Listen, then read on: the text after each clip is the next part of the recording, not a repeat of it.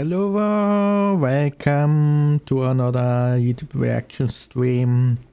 It's your boy, Cannelloni Dragoni.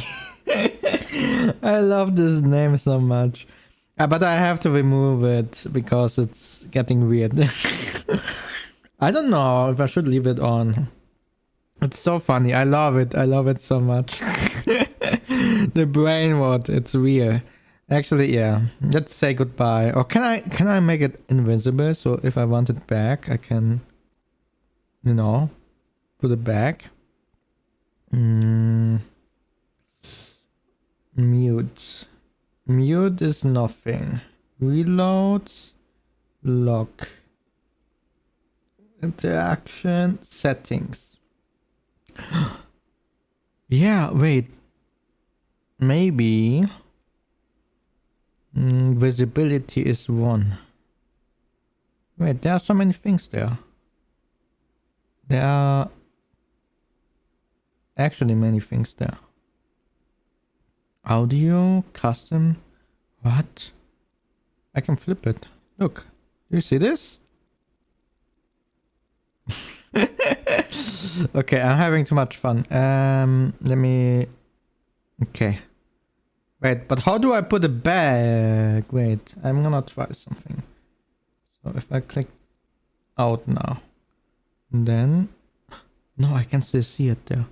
But it's gone. Okay. I can activate it anytime. This is my new power. This is our new power we unlocked. We can become Cannelloni Dragoni at any time as we wish to. Yeah. Okay. But yeah, that's not why we are here today. We are here today because we wanna watch some programming stuff. Or game industry stuff. However you wanna take it. On YouTube. Yeah. We have 3 different videos today. Let's actually already go to the other screen. The chat is not loaded yet for some reason, but it will probably pop up after some time. So, when the industry... oh, calm down. So we have this video here, which is called "Why GTA 6 Can't Afford to Be Bad," and I already have a kind of a clue where it's probably going, the video. I have some theories. Then afterwards we have games that were so bad they killed their franchise, which is crazy as well. I don't know if I can think of any game like this. I hear that what's the name? The game where you are like a, was it a dragon or a fox? I don't know, but you are like, it's like Super Mario basically. You run around, you destroy stuff. It's like a mix of Super Mario and Donkey Kong, I would say. But I forgot the name of the game. There was one of this, Spy God or something like this. I don't know, I forgot the name. We might learn about it. And then the third video is 11 games that died a few days after launch. So yeah. As someone who is also developing games, man, I really have to finish so many things. And also a game, so I can officially call myself a game developer. Yeah. We have those 3 videos for today. And we will try to learn from it so we don't make the same mistakes. Yeah. I mean, as someone who is just starting out, I don't think it's that bad. Like, I mean, our first game right now, the furthest in progress is our mobile game, which is like a casual game that you can play. Like, I don't know, if you are on the bus or on the subway, or the family dinner and you don't know what to do. It's one of those kind of games, like simple game, simple mechanics, but you know, still playable. Not Candy Crush, but similar. And yeah, the other games that we are on, they are more heavy. I mean, we have a platformer, which we at the moment have kind of paused because I don't really have the skills at the moment to further develop it the way I want it. And a card game, which is also pretty much done. The mechanics are all done. It's only designs at the moment, so it's saving money for artists on the most part. There are a few bugs which are not working. I haven't figured out multiplayer yet, but yeah, like most things are pretty much done. Like, yeah, it's mostly designs, graphics, GFX, you know, like, for example, you play a card and then there should be fire coming out of the card. Or if you destroy a card, then it should animate how it's being destroyed. Things like that. That's the things that are missing. By now it's just, okay, you play a card, it's on, like, you click on it, play, it's on the field. No summoning, no nothing. So it's a little bit, yeah, basic. And I want to fix that before doing something. Yeah. I mean, it should be interesting to play. It's not planned to be a full multiplayer game. Like, okay, I'm gonna spoiler a little bit. Before we start the video, I'm gonna spoiler a bit. The card game. Right now, the direction we are going is more towards single player. Not only because we are small.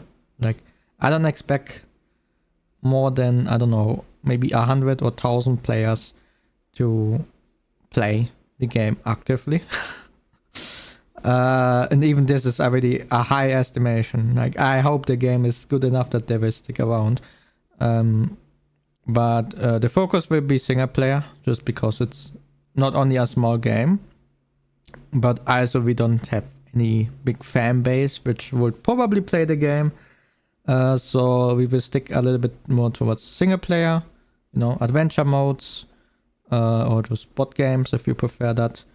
And multiplayer will be, we will have a season, but it's like, okay, you play, and I'm currently thinking about having an AI which will be there in case you don't find anyone after like 5 minutes, maybe 3 minutes.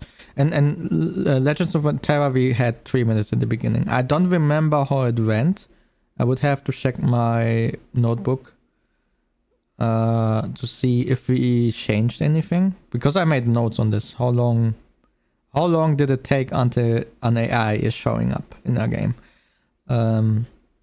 You know, so, but there will be rank points. There will not be any season for now until we have like an active player base of at least 100 people, like really 100 people playing like pretty much daily, maybe twice or 3 times a week. Until we haven't reached that, I will not make any seasons. Yeah, because seasons means you need seasonal rewards, you need the servers for it, you need separated servers, you need the system, you may need to make it safe, you need a balance. But in the beginning it should just be a fun game to play, a funny card game to play. Yeah. Okay, but I probably already spoiled more than I wanted to. But anyway, yeah, we are 10 minutes in and nothing happened yet. I'm just babbling around. So before I do any more of that, let's get into the video. As always, everything is linked in the YouTube description. So, you know, if you wanna check something out, just go down there, click on the links, click on the videos, and then give them a like, subscribe, or I don't know what else you wanna do. Share it with your friends. And yeah, I'm babbling again too much, so let's get started. In the first video, why GTA 6 can't afford to be bad. And I will already shoot out my guess. There are a lot of games with microtransactions right now coming out, or games which are just bad. So my guess would be, if Rockstar is one of the few publishers which haven't, you know, really who stands still for quality. Like we had Ubisoft, for example, who completely went down the road for greed. And Rockstar Games is one of the few who is not doing that yet. So my guess would be that if GTA 6 will be a bad game, it will be assigned to the industry that it's okay to produce shitty games. That's my guess what this will be about. Yeah, but let's see. Yeah, let's get into the video. When the industry gave in to greed, Rockstar stood as the okay. Literally, we are 3 seconds in. Okay, yeah, okay. You know, maybe I should have started the video and let it play. Maybe I should just have done that. Fortress. While microtransactions took over and single... It's... Okay, yeah, literally. You know, I could have saved the last 3 minutes. Player games were left to die. Yeah. They delivered transactions took over and single player games. I don't know. Assassin's Creed is Ubisoft, right? Yeah, I think so. Yeah. You know what? Why did I even talk so much? Everything is already on the screen. Explained. Left to die. They delivered Red Dead Redemption 2, a risky, uncompromising masterpiece. Yes. And you also see what happens. You have people like the guys who made Clair Obscur. The people leave the studio and then they make their own cool game, which has potential to be a game of the year. Remains one of the few studios willing to take creative risks. Yeah, hopefully they will stick with that. Even dare to dream. But if GTA 6 fails, it won't just damage Rockstar. It'll send a message to the entire industry that safe, soulless, and greedy games are the future. Yes. Yeah, you see. I could have just played the video. What am I even saying? Because at this point, it's not about money anymore. Rockstar is fighting for their legacy, for their reputation, and for the trust of an entire generation.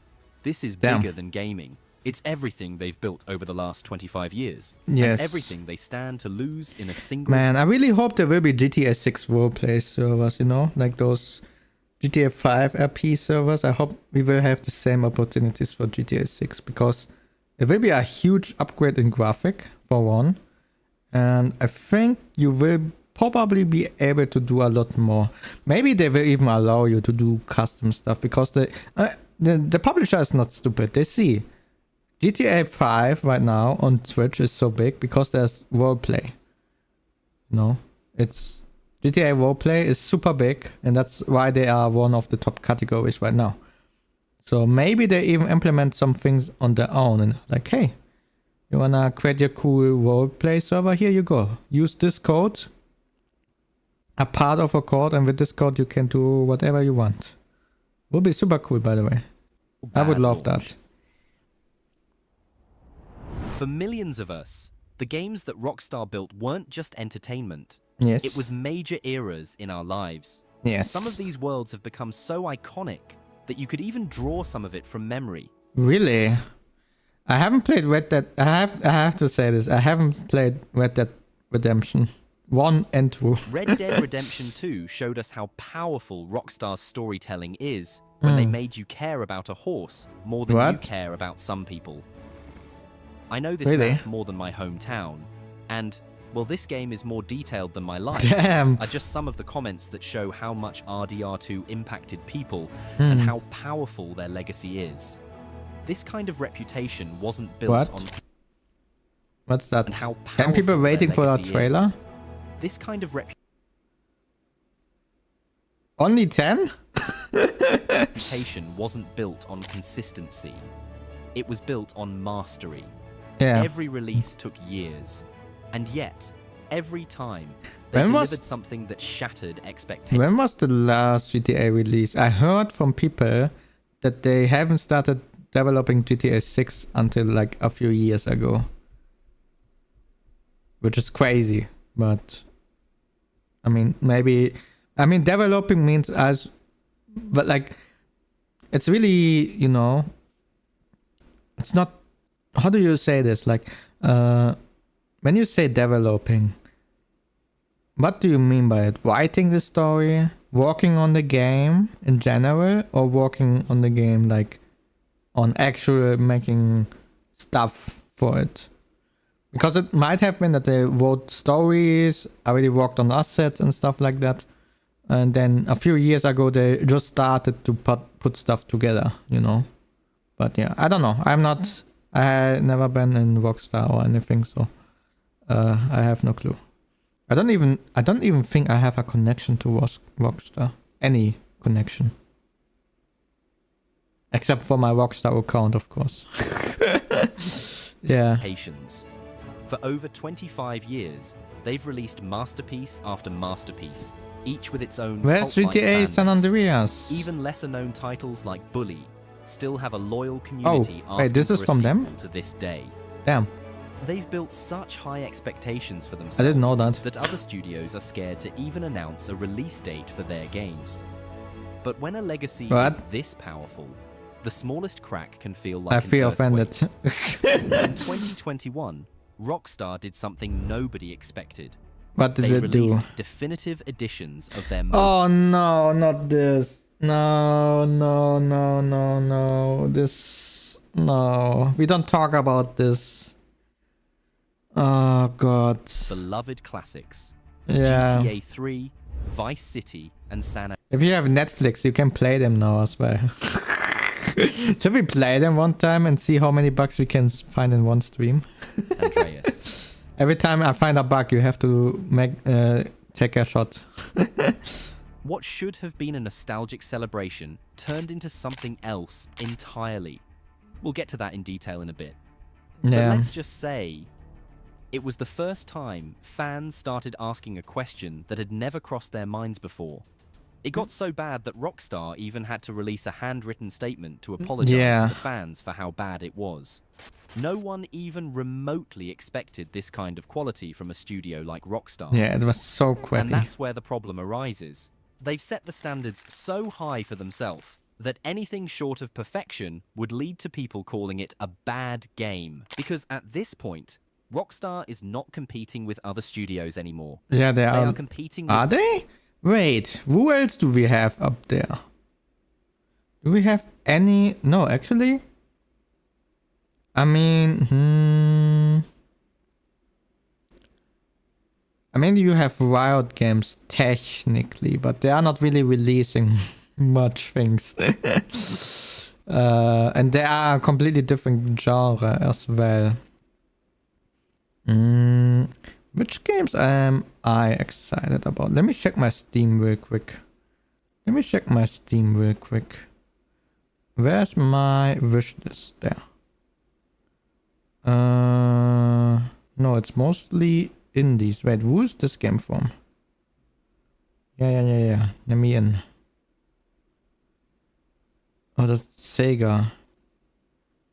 Yeah, Sega is only having like a Dragon series, which I really like. I also have RuneScape, Dragon Wilds on my wish list.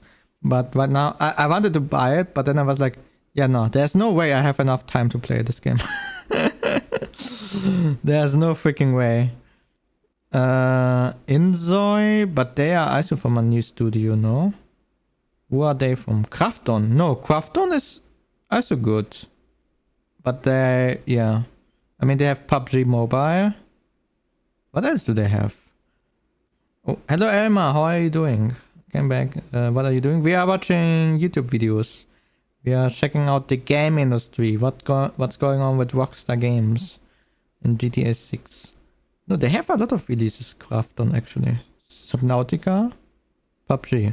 Wait, I thought they are PUBG Mobile only. Okay, yeah.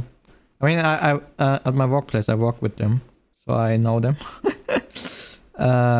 But they always only came for us for PUBG. So I don't know about the other games. Yeah, I don't know. What else do we have? Who else is doing good games? Which studio? Rockstar? I would also put in brackets Riot Games. But the others, they might do good quality games, but they are mostly shitty at release and have a lot of microtransactions. EA, Ubisoft. Who else can we name? Which other big studio? Wait, there was another one. What was the name of it? I forgot the name. Can't be that important. Ah, Blizzard, never mind. Blizzard Activation. Yeah. Technically Microsoft as well, since they have Minecraft now, but I think Microsoft is not really doing games. They are more doing... I mean, they are doing games, but they are doing other kind of games. Yeah. Well, okay, let's continue. Their own past. But what makes this different from Nintendo. But Nintendo is so freaking expensive. It's insane. Is the weight it's insanity. Because this isn't just a game. Play the game is Nicke. 100% to go YouTube. Nicke, I have heard of Nicke. I've seen it at Stella's stream, but I never really played it. It looked kind of boring to me. What is this? Wait. Oh no, it's this one. Wait, wasn't there another one? Oh, how was it called? Was it called Nikki? What the hell is this? Wait, this is gacha. Wait, this is gacha. What the hell? I thought. Wait, there was another one. What was the other one? It was was it Nikki? What the hell is this? Okay, whatever.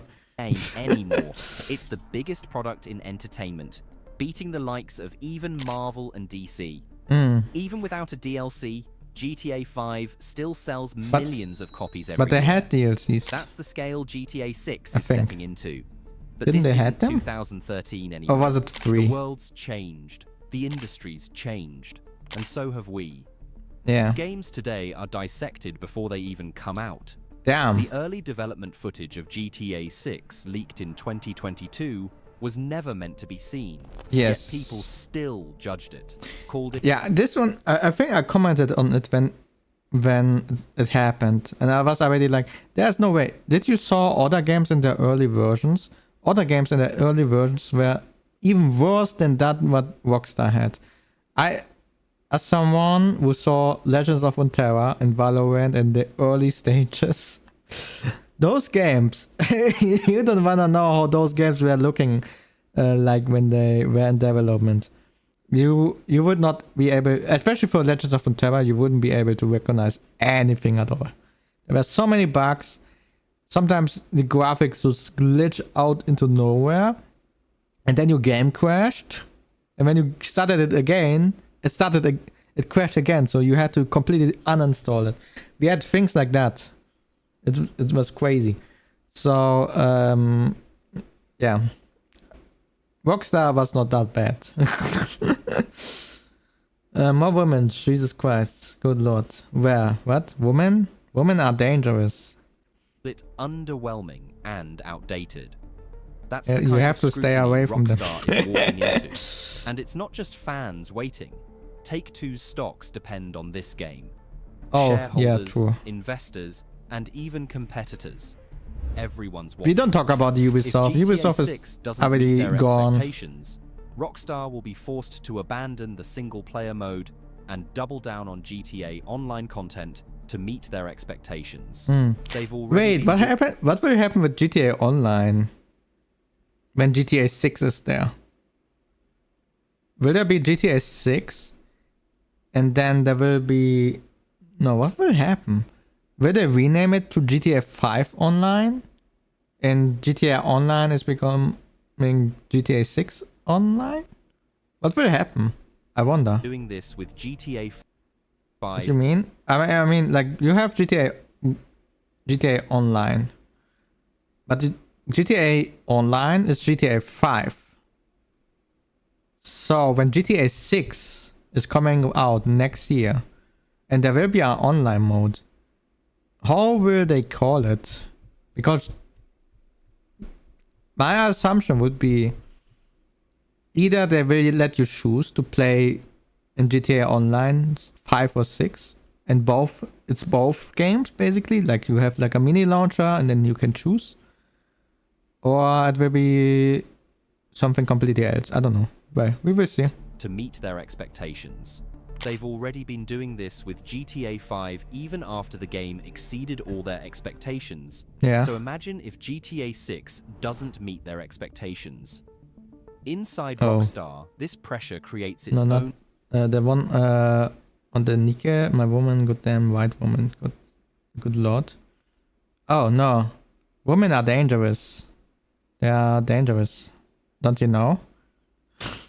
Even Kwoni says it. Wait. I can show you. Women are dangerous. There are probably a lot of videos here. Look, they are dangerous. Even Ariana Grande is saying it. Kwoni. Help me out, Kwoni. Oh no. Hello, Kwoni. Where is she? I don't know, she drowned, I think? What? Wait, there's Raura in the background. What's going on here? This place is beautiful but dangerous. Yeah, women are dangerous. Where Just like are women. you? I remember when we watched the clip and we said it at the same time. It was obvious. It was just so obvious. They're so beautiful and dangerous. Dude, women are dangerous. Don't talk to women. Yes. Exactly. Everyone, are you listening? Do not speak to women. Yes. You make eye contact, look away. They're dangerous. They will take everything from you. Yeah. Wait, are you on stream? Yes. I love it. I love it. Own atmosphere. The developers know that there's no room for maybe. This is the biggest game in the world. Yes. It can't just be good enough anymore.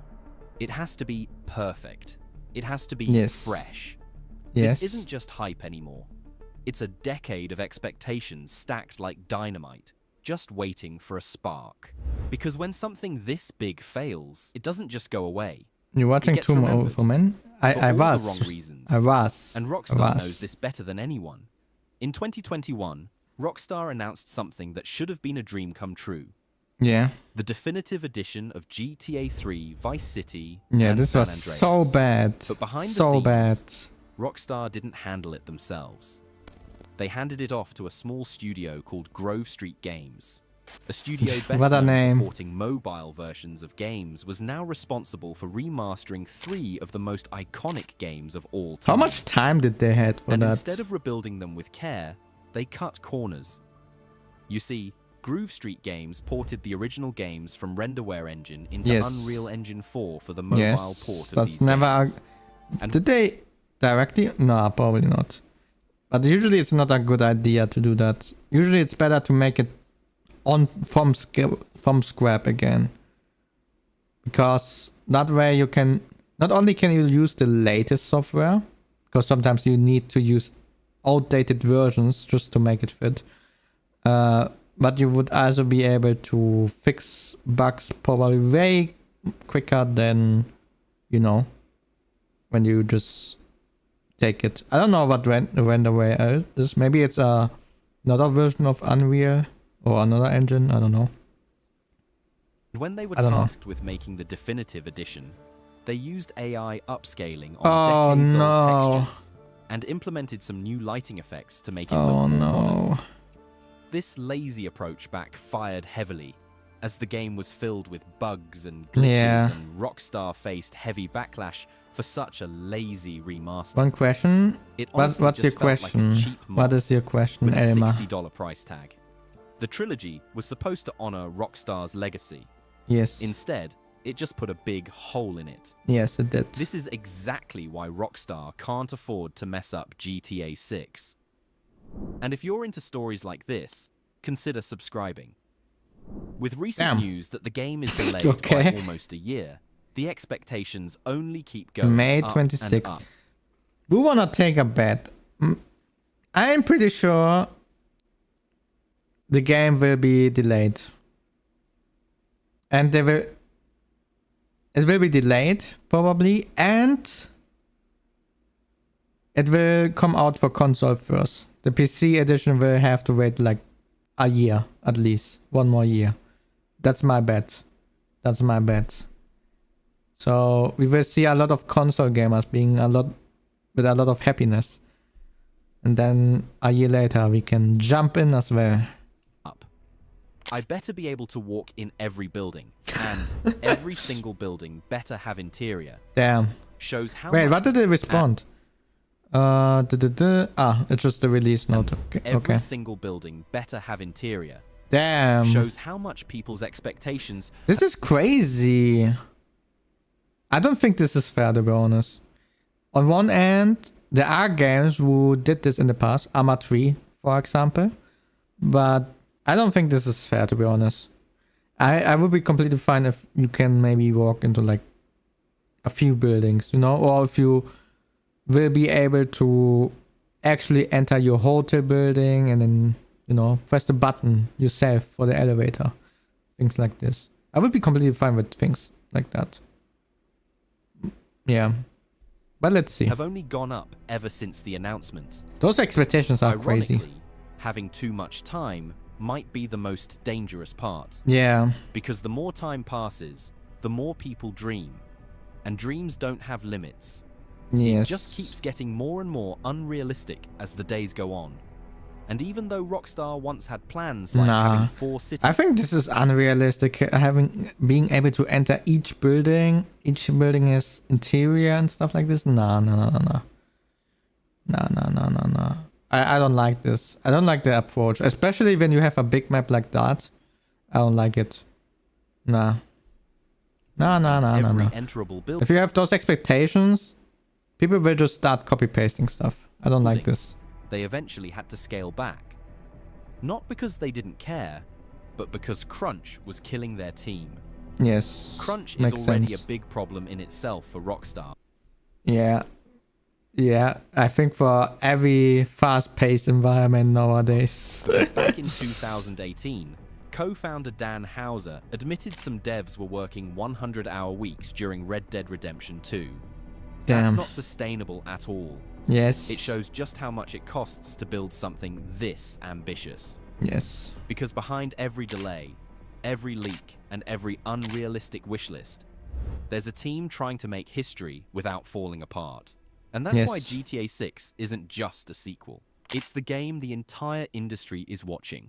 Because if it succeeds, it will raise the bar. I remember when we had sponsor requests, a lot of games were like, yeah, we want to release there because GTA is releasing at that time. So there were a lot of publishers releasing their games earlier than planned because they don't want to clash with GTA. And it doesn't matter. It doesn't even matter if you are the same genre. They were not even shooters. It was like games like also mobile games. People were scared. People that their audience will stand in front of the PC the whole day instead of, you know, going to work and playing Candy Crush on their way home. People were scared for everything, so they tried to walk around GTA. So having it either before it, at least 2 months before the release, or at least like 3-4 months after. Yeah. So for gaming itself once again. It's crazy. It defines what open world games can be for the next decade. But if it fails, then the cost isn't just a few bad reviews. It's years of trust lost, years of momentum gone, and it tells every ambitious studio out there that maybe aiming this high just isn't worth it. Yeah. Every publisher, and this is bad. Every developer, every indie studio. Wait, now we can see all the games. Publisher. Okay, so who do we have? Sony is on number 1. Sony? What is Sony doing? I know they are also with PUBG for some things, but what is Sony doing? Tencent? Yeah. Microsoft? Yeah, we talk about that. Nintendo, we talk about it as well. NetEase? What is NetEase doing? Naraka? I think they also did Marvel Rivals. But they are, yeah, they also like the money. EA, we don't even have to talk about them. Epic Games? Actually, Epic Game, yeah, but they only have Fortnite. Take-Two, yeah. MiHoYo is, well, every developer, Scanshin. every indie studio. Embracer Group. What is Embracer Group? Roblox is so high. So high? Wait, what? Okay. They're all interesting. watching. Because what happens next could shift how games are made, funded, and believed in. Yeah. That's why GTA 6 is more than a game. But I'm telling you, if GTA 6 fails, the time of indies has begun. Because everyone will look at indies. Everyone will look, okay, I don't wanna deal with this damn crap anymore. Let's check out some smaller guys. I'm pretty sure about that. It's the biggest bet gaming has ever seen. And from there on, it's just a battle royale. Like it will just be survival of the fittest. Like even worse than it is now. being made right in front of us. Oh damn, that's the video. Okay. Yeah, we talked a lot. We were talking. We made out of 10 minutes. We made almost 40. Well, if we exclude my babbling, it's 30 minutes. But yeah. Okay, so this was the first video. Why GTA 6 can't afford to be bad. And yeah, we took our takes. And now it's time to learn from the bad games. So we will watch now for about an hour, maybe probably more, games that were so bad they killed their franchises. And I'm really interested what will be in here, because I already mentioned there was like the Bandicoot. Was it Bandicoot? I think it was Bandicoot, which also killed their franchise. And I think there was also a Purple Dragon, but I don't know what happened to that one. So yeah, what else do we have? Maybe Star Wars with EA. Sims, I don't really know. It's still really popular, but not. Yeah. I mean, now we have Inzoi. I'm still thinking, should I buy it? Should I not buy it? I don't know. I really don't. But okay, let's get into it. It's always wild when a game franchise can be hugely successful and then one really bad game just kills the franchise off altogether. But yes, the bigger they are, the harder they fall. Guitar Hero? Yeah, I haven't heard anything of them anymore. What happened to them? And what the hell is this thing? Some games that have been parts of legendary franchises just completely kill off their franchise, and that's something sometimes really sad to see. Oh, wait. Who was that? Kill off their Who franchise, was that? And that's something. Guitar Hero, Splinter Cell, and Metal Gear? Really? What did they do? And what is the one Tony Hawk in the background? Okay. Oh, I muted it. I'm sorry. Okay. Sad to see. I don't know if Tony Hawk Pro Skater 5 was actually the game that killed off the franchise, or really? It was just the last nail in the coffin for new Tony Hawk. Damn! I don't think any game let fans down. Those reviews were crazy. As maybe Tony Hawk's Pro Skater 5. Like, there was some weird stuff going on with this game's development. Okay, really? So when it comes to classic Tony Hawk experiences, you think of the games that were made by Neversoft and Activision. It's that and those game. were pretty great classics, if anything. But by the mid to late 2000s, Guitar Hero was blowing up in popularity, and that was Neversoft's big moneymaker under Activision. So instead, the Tony Hawk IP would be shifted over to a different studio, Robomodo. Now, what the hell? Would go on to make a Tony Hawk game known as Tony Hawk Ride and Tony Hawk Shred, which required the use of a I think I played one of these games. I remember I played one time on the GameCube. The All Gracious GameCube. I played like a skater game. I really like to play it sometimes. It was nice to, I don't know, to get rid of to beat some time. Yeah. Peripheral to control your skateboarder. I guess they were trying to compete with like the popularity in more realistic skateboarder games like Skate. But man, was this thing not responsive and very, very difficult. Wait, what the hell is this thing? In a small redemption arc a few years later, they would release Tony Hawk's Pro Skater HD, which was a remake that took some maps from the original game and Tony Hawk Pro Skater 2 and later DLC from Tony Hawk Pro Skater 3. And gave players like, what are those legs, by the way? Those legs are crazy. More akin to the original game gameplay. The game wasn't perfect, but it definitely was a leap in the right direction. I actually had a lot of fun with this one, and it reminded players that, yeah, I think I know this one he's playing right now. It's not supposed to be hyper-realistic with a skateboarding peripheral, or a game like Skate that works well in a more realistic, when it feels like it type of way. Tony Hawk was special for something different, and this game at least highlighted that. It really could have been the starting point for so much more, but it ended up not. No, I don't know this one actually. Actually, no. After this release, though, Whoa. Moto would go on to make other games because they weren't a studio owned by Activision. They made some game called Skateboard Slam. What the hell is this? Tony Hawk. But then in 2014, Activision must have realized, oh shoot, our deal with Tony Hawk is about to expire next year. We need one more game ASAP so that we can capitalize on this deal, extend it, however the legal writing was written. Oh no. Take advantage of it. So Robomoto was brought back on, and they went to work trying to throw a game together in less than probably a year.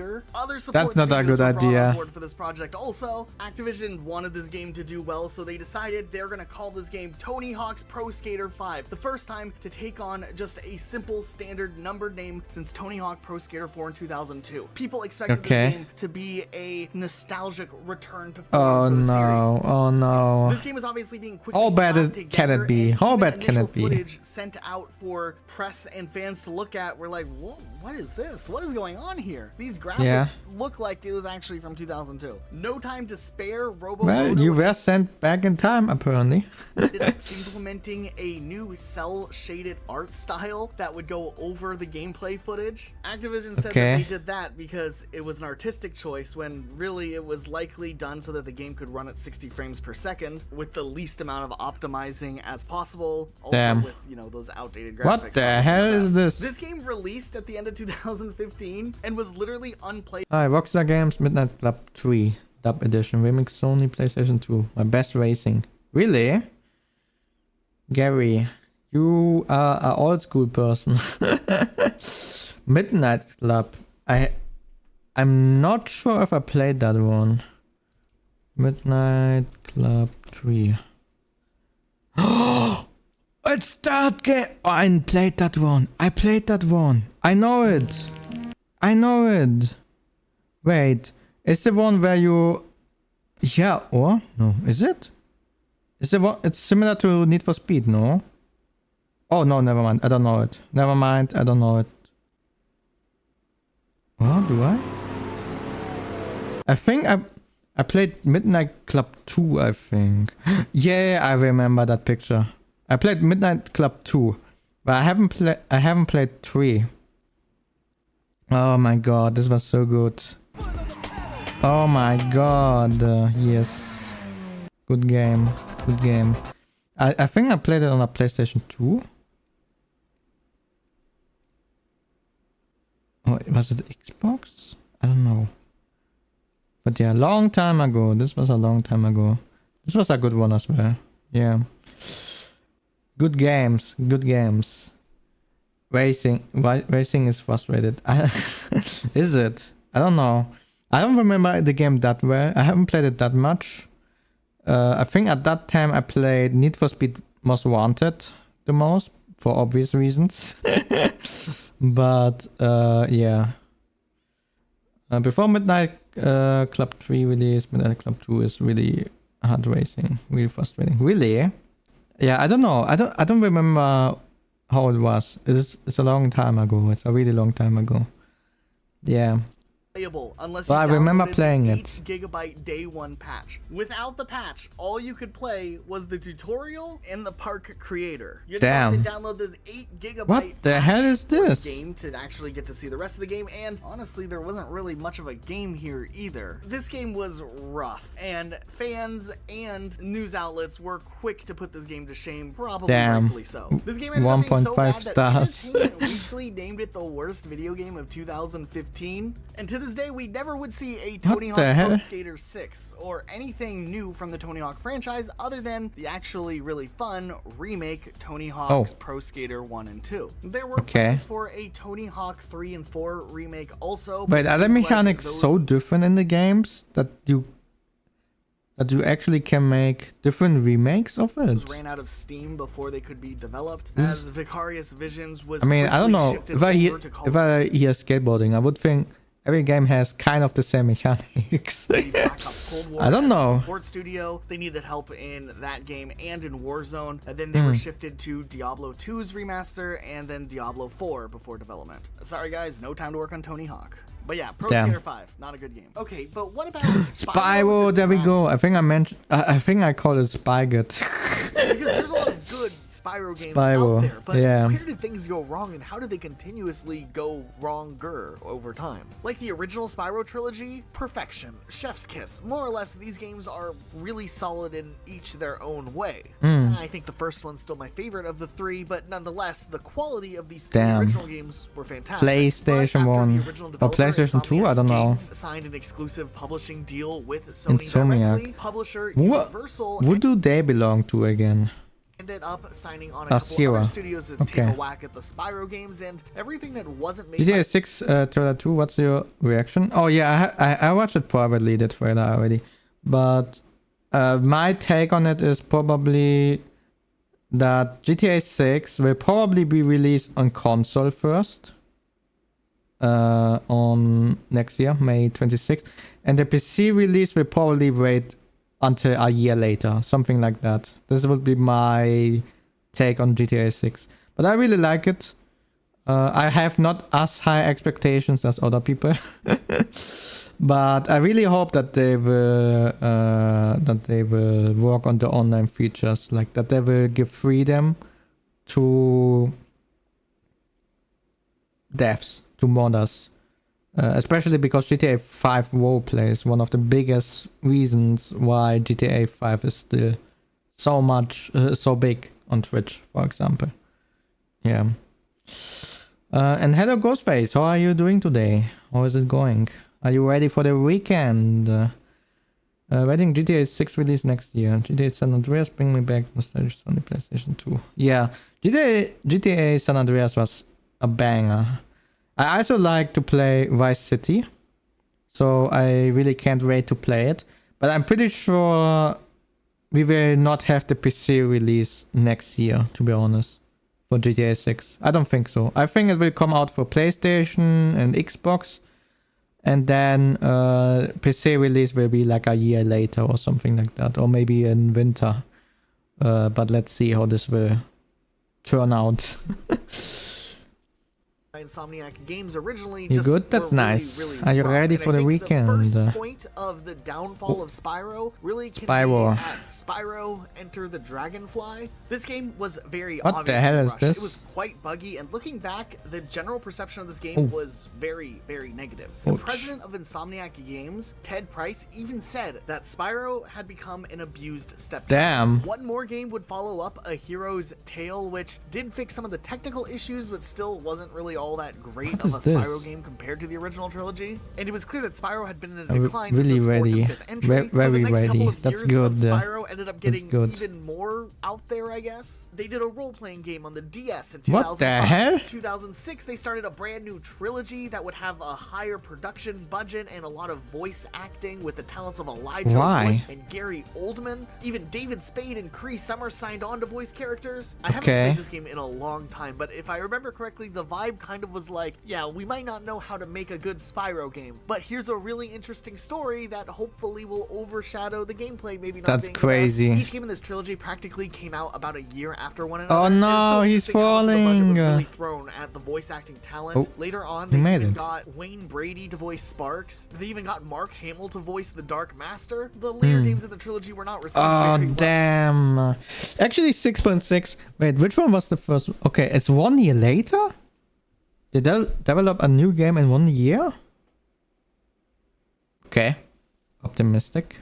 Which would end the streak of Universal, later named Vivendi Games, efforts with the Spyro series, which all started, of course, with Enter the Dragonfly. It was a rather dark those dragonflies. That sometimes got a little better randomly. Those damn dragons. At this point, with the trilogy over, though, Activision took over as they merged under Activision Blizzard, and Vivendi Games as a part of the merger. And Spyro's very last spark of hope was stomped out with the release of Skylanders, a completely unrelated franchise that would repurpose Spyro What the the Dragon hell as happened to him? originally the mascot for this toy video game hybrid, and it was very clear they were just using Spyro as a mascot Oh, tool, no. not anything Oh, for no. existing fans that liked those older Spyro games. Later on, Spyro wasn't even like the main mascot What of the this series hell is anymore, which this? means in this case, I think there's two main Spyro games that killed the franchise off. I would say starting with Enter the Dragon Crazy. and then ending with Skylanders. There's Yeah, a what reason is we this? haven't gotten a new Spyro game. We've gotten close with a very good remaster of the original trilogy, but no word on a true to form Spyro 4 just yet. Okay, if you were like a Damn. kid or a teenager in the middle to late 2000s, you probably remember how hugely successful Guitar Hero was. It honestly Yeah. started out as something that looked like a stupid gimmick or a toy, but then when people actually tried the game out, they were like, You even "Hey, had it in a South Park hey, episode. this is actually That's how kinda crazy fun it is. and challenging too. It tied with some good music and some weird sense of bringing air guitaring to life in one way or another. Guitar Yes. Hero blew up in popularity, especially with Guitar Hero. Yeah, 2 and Guitar I actually am really interested in this story because I would like to know what happened because it was so huge. Like everyone was playing this game. I remember someone invited me over and was like, "Hey, look, we have this Guitar Hero now." And I was like, "Yeah, I can play guitar." And he was like, "Try. You just have to smash the buttons." I was like, no, I don't know about this." And I failed miserably as expected. But yeah, I mean, it was interesting. Like everyone had like this Guitar game, Hero 3. But here's the thing, at the end of Guitar and then they also had Just Dance. This was also pretty big. Guitar Hero 2's success, I don't know, is it Alex, still the big? developer of the Guitar I Hero wonder. games, was purchased by publisher MTV Games and would essentially start developing what would become the direct competition to Guitar Hero instead. Guitar Hero Wait, 3 what's the would be made name? by Activision's Neversoft, and Yeah. Rock Band would be developed by Harmonix, the creators of Guitar Hero. Guitar Hero 3 released in October of 2007, and Rock Damn, Band this would is so follow long just a month ago. later. And Guitar Hero 3 was hugely popular. I mean, Through the Fire and Flames came from that, but Rock Band Yeah. added something new, implementing the whole drums, guitar, Yeah, what is bass, that? and singing all into one. I prefer drums. When I in school I played drums. Can you believe it? I played drums. I love drums because you are kicking, you are moving a lot. You can spin around in your chair, and you can, you can hit things while spinning like a Beyblade. So yeah, it's fun.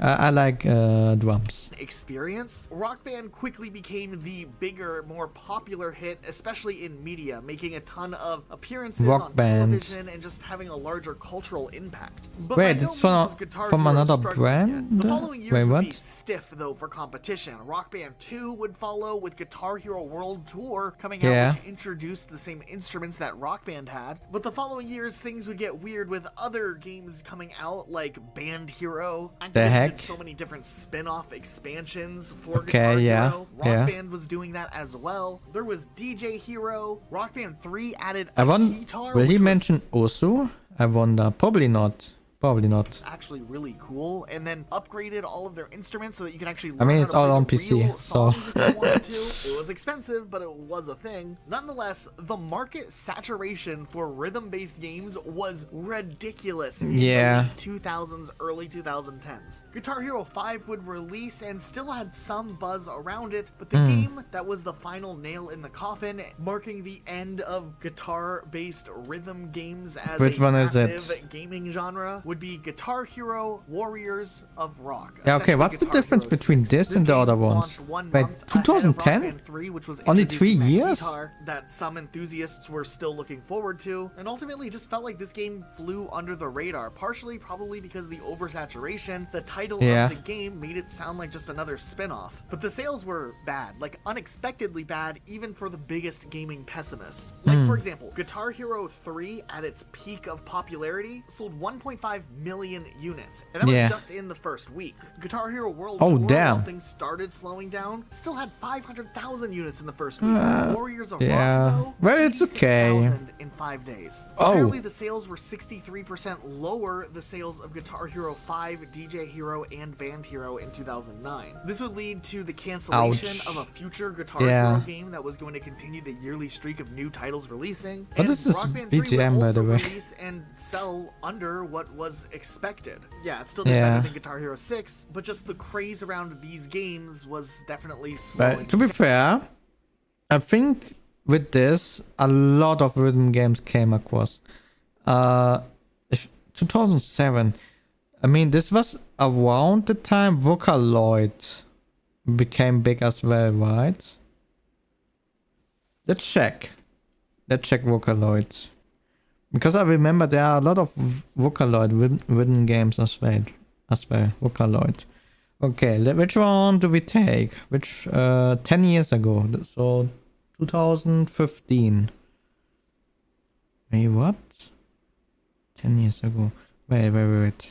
Vocaloid filter. Let's go by view count. What? Okay. 1 year ago, 10 years ago. Wait, can I descend? No, that's probably not a good idea. Actually, wait, YouTube wasn't up back then. Oh my god, yeah, those songs. World of Mine, it's legendary. 2012. But this is probably like a re-uploaded version, no? Yeah. So yeah, I think it's around the time. Oh, is this the original? Yeah. 16 years, yeah, 2008. Yeah, it was around the time Vocaloid got big.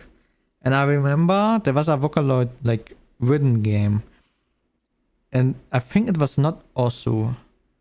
Well, wait. When was Osu launch? Osu. 2007. Okay, never mind. Okay. So there we have it. Osu killed Guitar Hero. Rock Band, though, was still supported by the fact that's that what I it took had out of a it. very strong post-release support where players could just download specific songs they wanted after buying the song. And while a few other smaller projects would release, the main big hitters for the music rhythm game genre would go dormant for a little while. And I think for the most part, people pointed to GH6 as the bookend game that solidified the end of a genre. There would be a couple of interesting things, though, in those dormant years, like Rocksmith was popular, which had people... They released 6 parts in 3 years? What the hell? Learn how to play Wait, what's the difference? Maybe the songs, right? Like every version is having different songs? I don't know. Which is pretty cool. But then all of a sudden in 2015, boom, the competition was back with Rock Band 4 and Guitar Hero Live stacking up again for like a little reunion boxing match or something. Rock Band 4 focused on being a return to the roots, removing the keytar, removing the real guitar playing, and just bring out the good old Rock Band, but on the new generation of consoles. GH Live, also known as Guitar Hero Live, instead would redesign the controller and make it feel like going on over there? in front of an audience or in a music video. The game was also set up in like a platform type way that would be updated with songs that you could download and buy on a weekly basis. Now, interesting. Live sold well enough, beating out Guitar Hero 5 and 6, and Activision announced that was cool, but then they also announced that they were going to be laying off like 50 staff members from the studio. On the other hand, Rock Band 4 released, and originally the development of that game wasn't planning to have any competition from a random Guitar Hero game that would spring up. I think the game sold well enough, but not nearly as explosive as the popularity that those games once had in the late 2000s. Harmonix would eventually do a Kickstarter campaign to try to build a platform where they could continuously support a Kickstart, for the long term. Interesting. Which they did end up getting that funded. Epic Games later would acquire Harmonix, and while they did that's why it was in Fortnite. Now it makes sense. Everything makes sense. Migrated the servers for Rock Band 4 over to their new platform so people could continue to play and use the music that they've purchased over the years in Rock Band. Also, the whole GHTV live service that Guitar Hero had that abruptly, randomly shut down without much notice resulted in a class Crazy. action lawsuit against Activision. Activision Crazy. eventually ended up offering refunds to anyone that had purchased Guitar Hero Live from December 2017 to January 2019. I think it's fair that Guitar Hero 6 gets its little place here, but I also think Guitar Hero Live maybe should get like a little, you know, asterisk by its name, also deserving a place on this list. Rock Band 4 is still at least supported to an extent. So I don't you know. can't I really never really liked those kind of games. The only game I played was Ursu because there was taiko mode, drums, you know, and Catch the Beat. I really enjoyed Catch the Beat, just running around, sometimes more crazy than other times. But I really enjoyed that one. Catch the Beat was really fun. Moving from one side to the other, catching the beats, and in the background watching at the same time a music video. Yeah, and sometimes it was distracting, but I enjoyed it. say anything too. But yeah, it goes on your eyes when you concentrate a lot. You have to use, you know, you have to activate your Sharingan so you can catch everything and watch the video at the same time. Sometimes there are even subtitles as well for the song.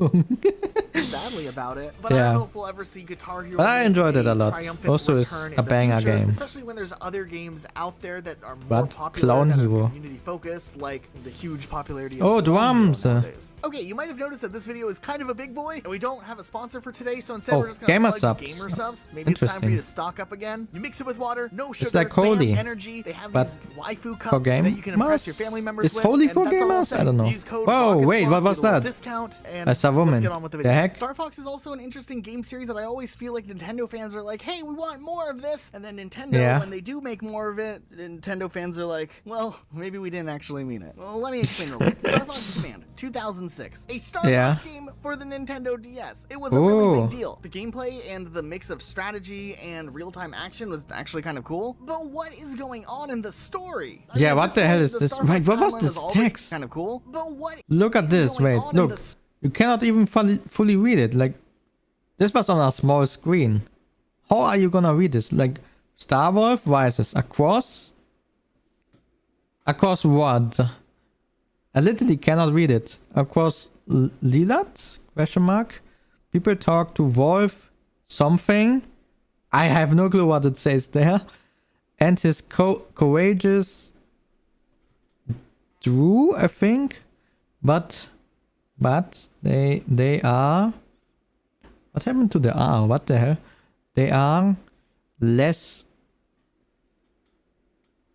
kind to Chris. They're feeling that, I don't know, one or some. What? One? Some? Was wrong to abandon Star Fox. But she ignores the, and I have no clue. Oh wait, story. it's still there. Okay. But yeah, you were able to see. You cannot read any of those texts. What was At that? this point, the Star Fox timeline What was the hell already was getting a little that? bit messy, but to have Chris a game that has there. 10 different possible endings, one of them where Fox has a kid that looks like this, I don't know, just look at these screenshots from some of the endings. What the hell is this? Wait One a of them minute.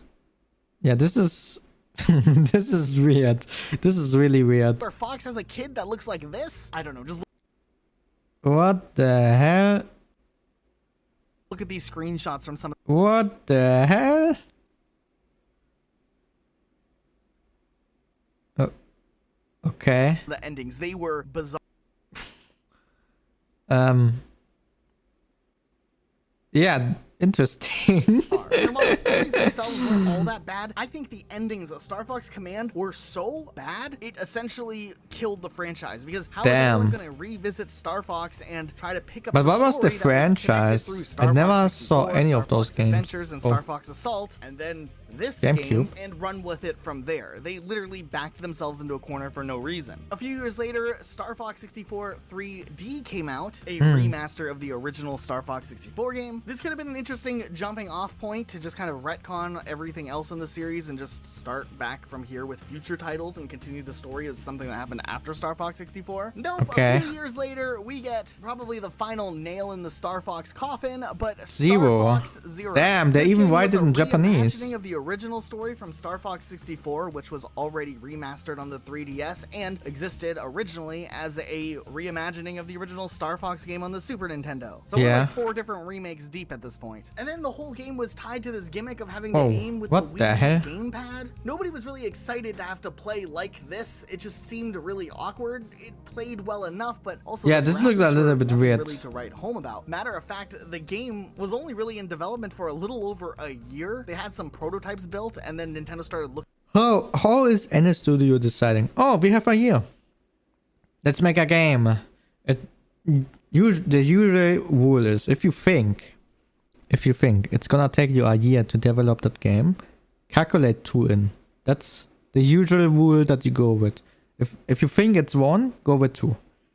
You know, you will have a lot of. You won't have to crash. You will have enough time to quality check. You will have enough time. Well, not necessarily enough time to quality check, but it might still get tight.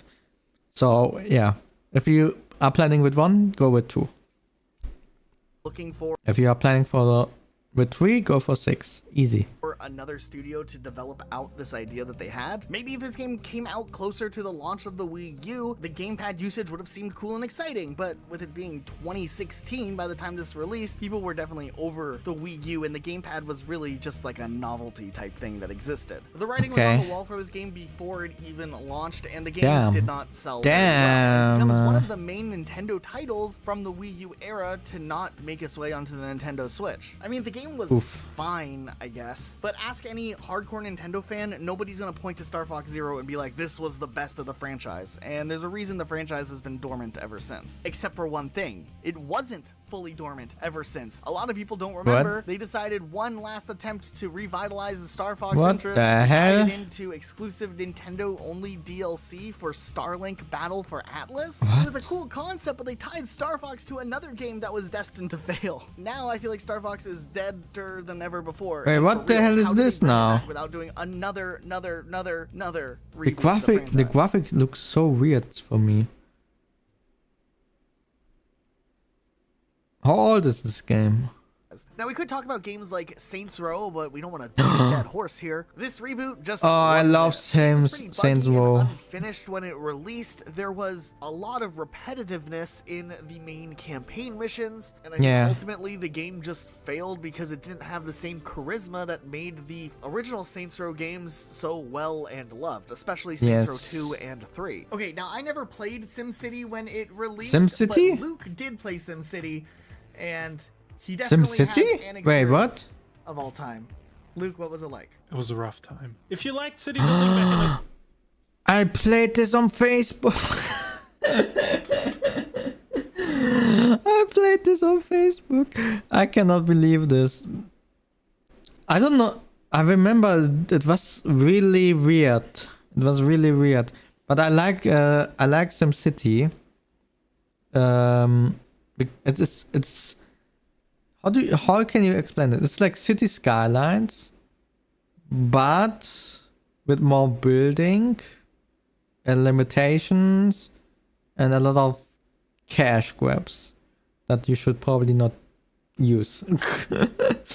Yeah. Today you probably played SimCity, and you might have played SimCity 2013, which was the de facto reboot or whatever of the franchise. Yeah. But if you haven't played it, and if you've never been interested in SimCity, which is kind of a niche product, you might not notice, but SimCity 2013 was one of the worst launches that I've ever experienced in my life. I actually like the game.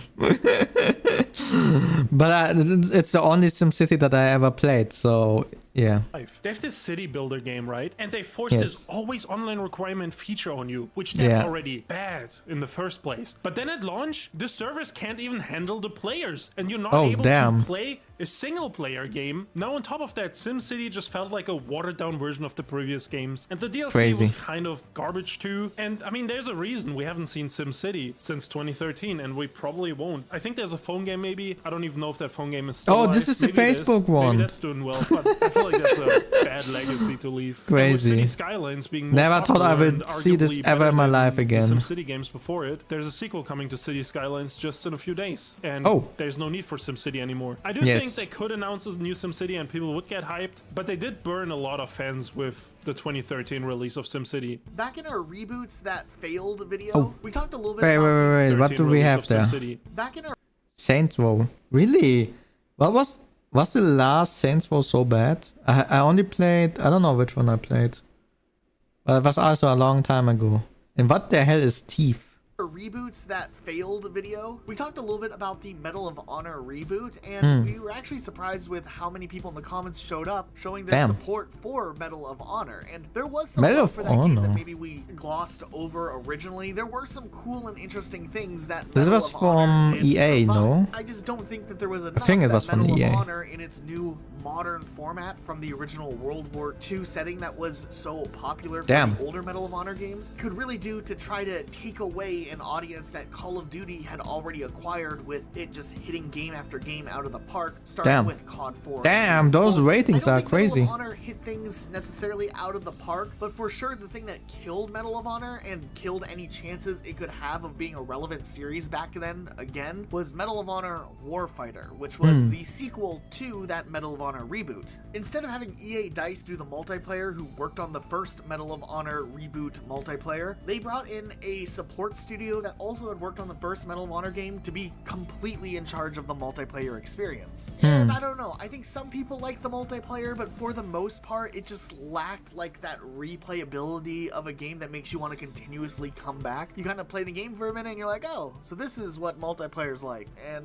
then you're done with it. The campaign, though, was is it that bad? Across the board by game review outlets. The story was criticized for being confusing. The gameplay seemed way too linear. There were a lot of glitches even after a day one patch, and the AI just was weird. He's the box. He is the box. They had never seen a game fail to function at a basic level in the Frostbite engine ever before. This game effectively what was Frostbite engine? I hear the name sometimes, but I don't remember what it was. Franchise, at least for now. There was a little VR experience that came out a couple of years ago.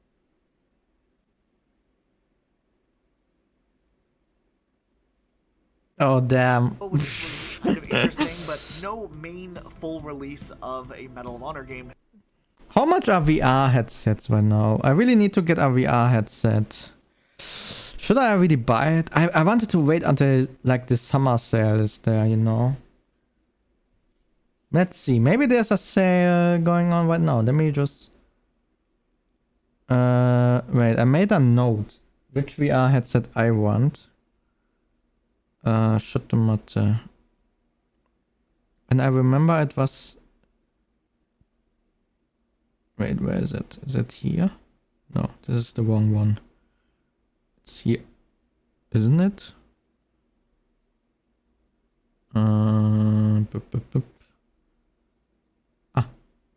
Pico 4. Or is it? Yeah. Pico 4. I wanted to compare the Pico 4 Ultra against the Meta Quest. Pico 4 Ultra. Because it was relatively cheap, but the performance seemed really good. It's from ByteDance, so it's Chinese. Okay, let me go to Amazon. And the good thing was also you have an onboard computer already, so you don't need like extra storage or extra stuff for it. It's almost plug in and play, which was some of my criteria I had. Let me just hide this real quick. I don't know if I will get...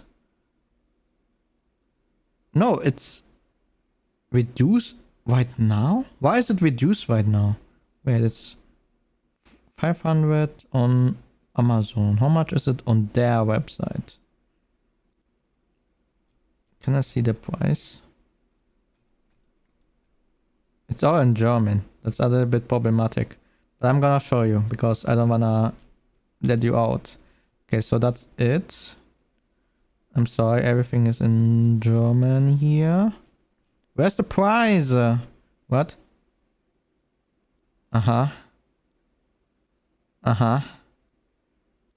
Okay, so it's 5 milliseconds per Wi-Fi.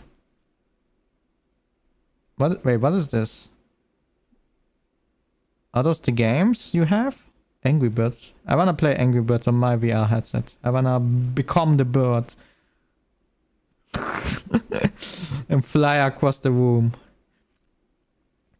I want to... Where's the prize? I wanna see the prize. Why do I need to scroll 1,000,000 tabs? Wait, it's not even here.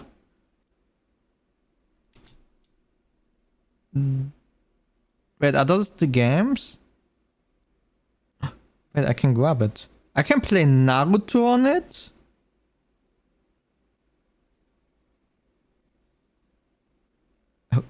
Okay. The Cabin. I wanna play The Cabin. This sounds like a horror game. I wanna play horror games on VR. I really want to, actually. What else do we have? Sports games. I don't know most of these games. I wanna play VR chat. Wait, I haven't played Five Nights at Freddy's. If I get a VR headset, I will play this with you. Yeah, VR chat we already know. But where the hell do I have the freaking price? Oh, no buy. Oh, they don't even offer it. Wait. Let me compare the prices. Shut the matter. So, Saturn, MediaMarkt, Bestware. I think Bestware is probably the cheapest one. Otto and Amazon. Okay. So Amazon right now, the Ultra is $500, which is a fair price in my own humble opinion. They only have 10 more. Maybe I should buy it after the stream.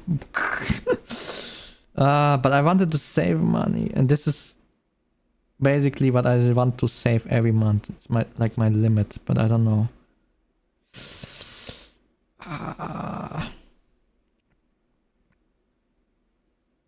Wait, what is this? Motion trackers. What do I need those for? Headset and trackers. Wait, what? What's the difference? What do I need the trackers for? GeForce no, I have that one.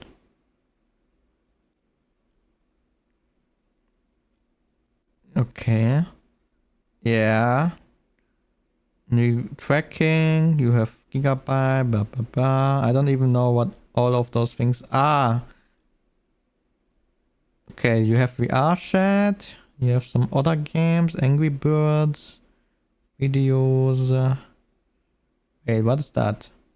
Okay, what's the difference?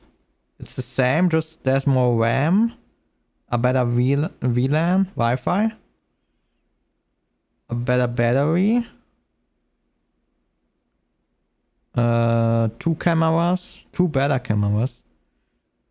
Tiefensensor. What is a Tiefensensor? Okay, I don't know what's going on here. Wait, what are those? Okay, people are crazy with those reviews. Okay, interesting. Drake? What is Drake doing here? Crazy. Okay, I don't know what's going on here. Let's go to the other websites. So here it's the same price. Literally the same price. Here it's not even there anymore at Bestware. MediaMarkt, it's more expensive. What? What? Interesting. Same price here. So Amazon is the cheapest. I think I might buy it after the stream. I already see my next mistake. But you know what? I'm gonna do it anyway. I'm gonna buy... What? No charging. Wait, how do you charge it? I will check out some reviews. But I will probably buy it. Wait, but here it says... So you get a charger. The headset. But what are those for? The motion sensors. Let me click on it. What is this about? Is it for your arms? For your legs? Why do you need those? Wait, what do you need those for? If you wanna walk around, maybe? If I wanna become Philian, then I can use this. Okay. Anyway, I will probably buy it after the stream. So let's continue with the video. Yeah. Has been around or even discussed ever since then. There were plans for a third game in the reboot era, but with lower than expected sales, EA shut that project down. Damn. You know, back in the early 2000s when Xbox announced that they were acquiring Rare, it was a weird time, but I think people were still excited just because we knew that that would mean there'd be more Rare titles coming out in the future. I mean, Rare had hit it out of the park game after game after game in the Nintendo 64 era and was going into the GameCube era, and Xbox seemingly wanted some big... Rare. What games did they do? I think I remember the name, but I don't remember what they did exactly. Flagship mascot type characters under its belt when they acquired Rare. But when this announcement was made back in 2002, I don't think anyone expected Banjo-Kazooie to turn into what it would become. Somehow, Xbox managed to take this lovable platforming duology of games, redesign the character to look like this, and then proceed to give fans essentially not at all what anyone really wanted. Wait, yeah, what is that? Wrong. I do understand that Banjo-Kazooie Nuts and Bolts for the Xbox 360. I mean, I never played the game, to be honest. There were players that enjoyed whoa, those games. actually this but looks I think for cool. the most part, the people who enjoyed Banjo-Kazooie Nuts and Bolts weren't going in expecting a classic Banjo-Kazooie experience, and since obviously this is the okay. So they completely changed the genre. So that's the issue. They just were like, you know what? We're just gonna take this character, give him a new look, and put him into something completely else.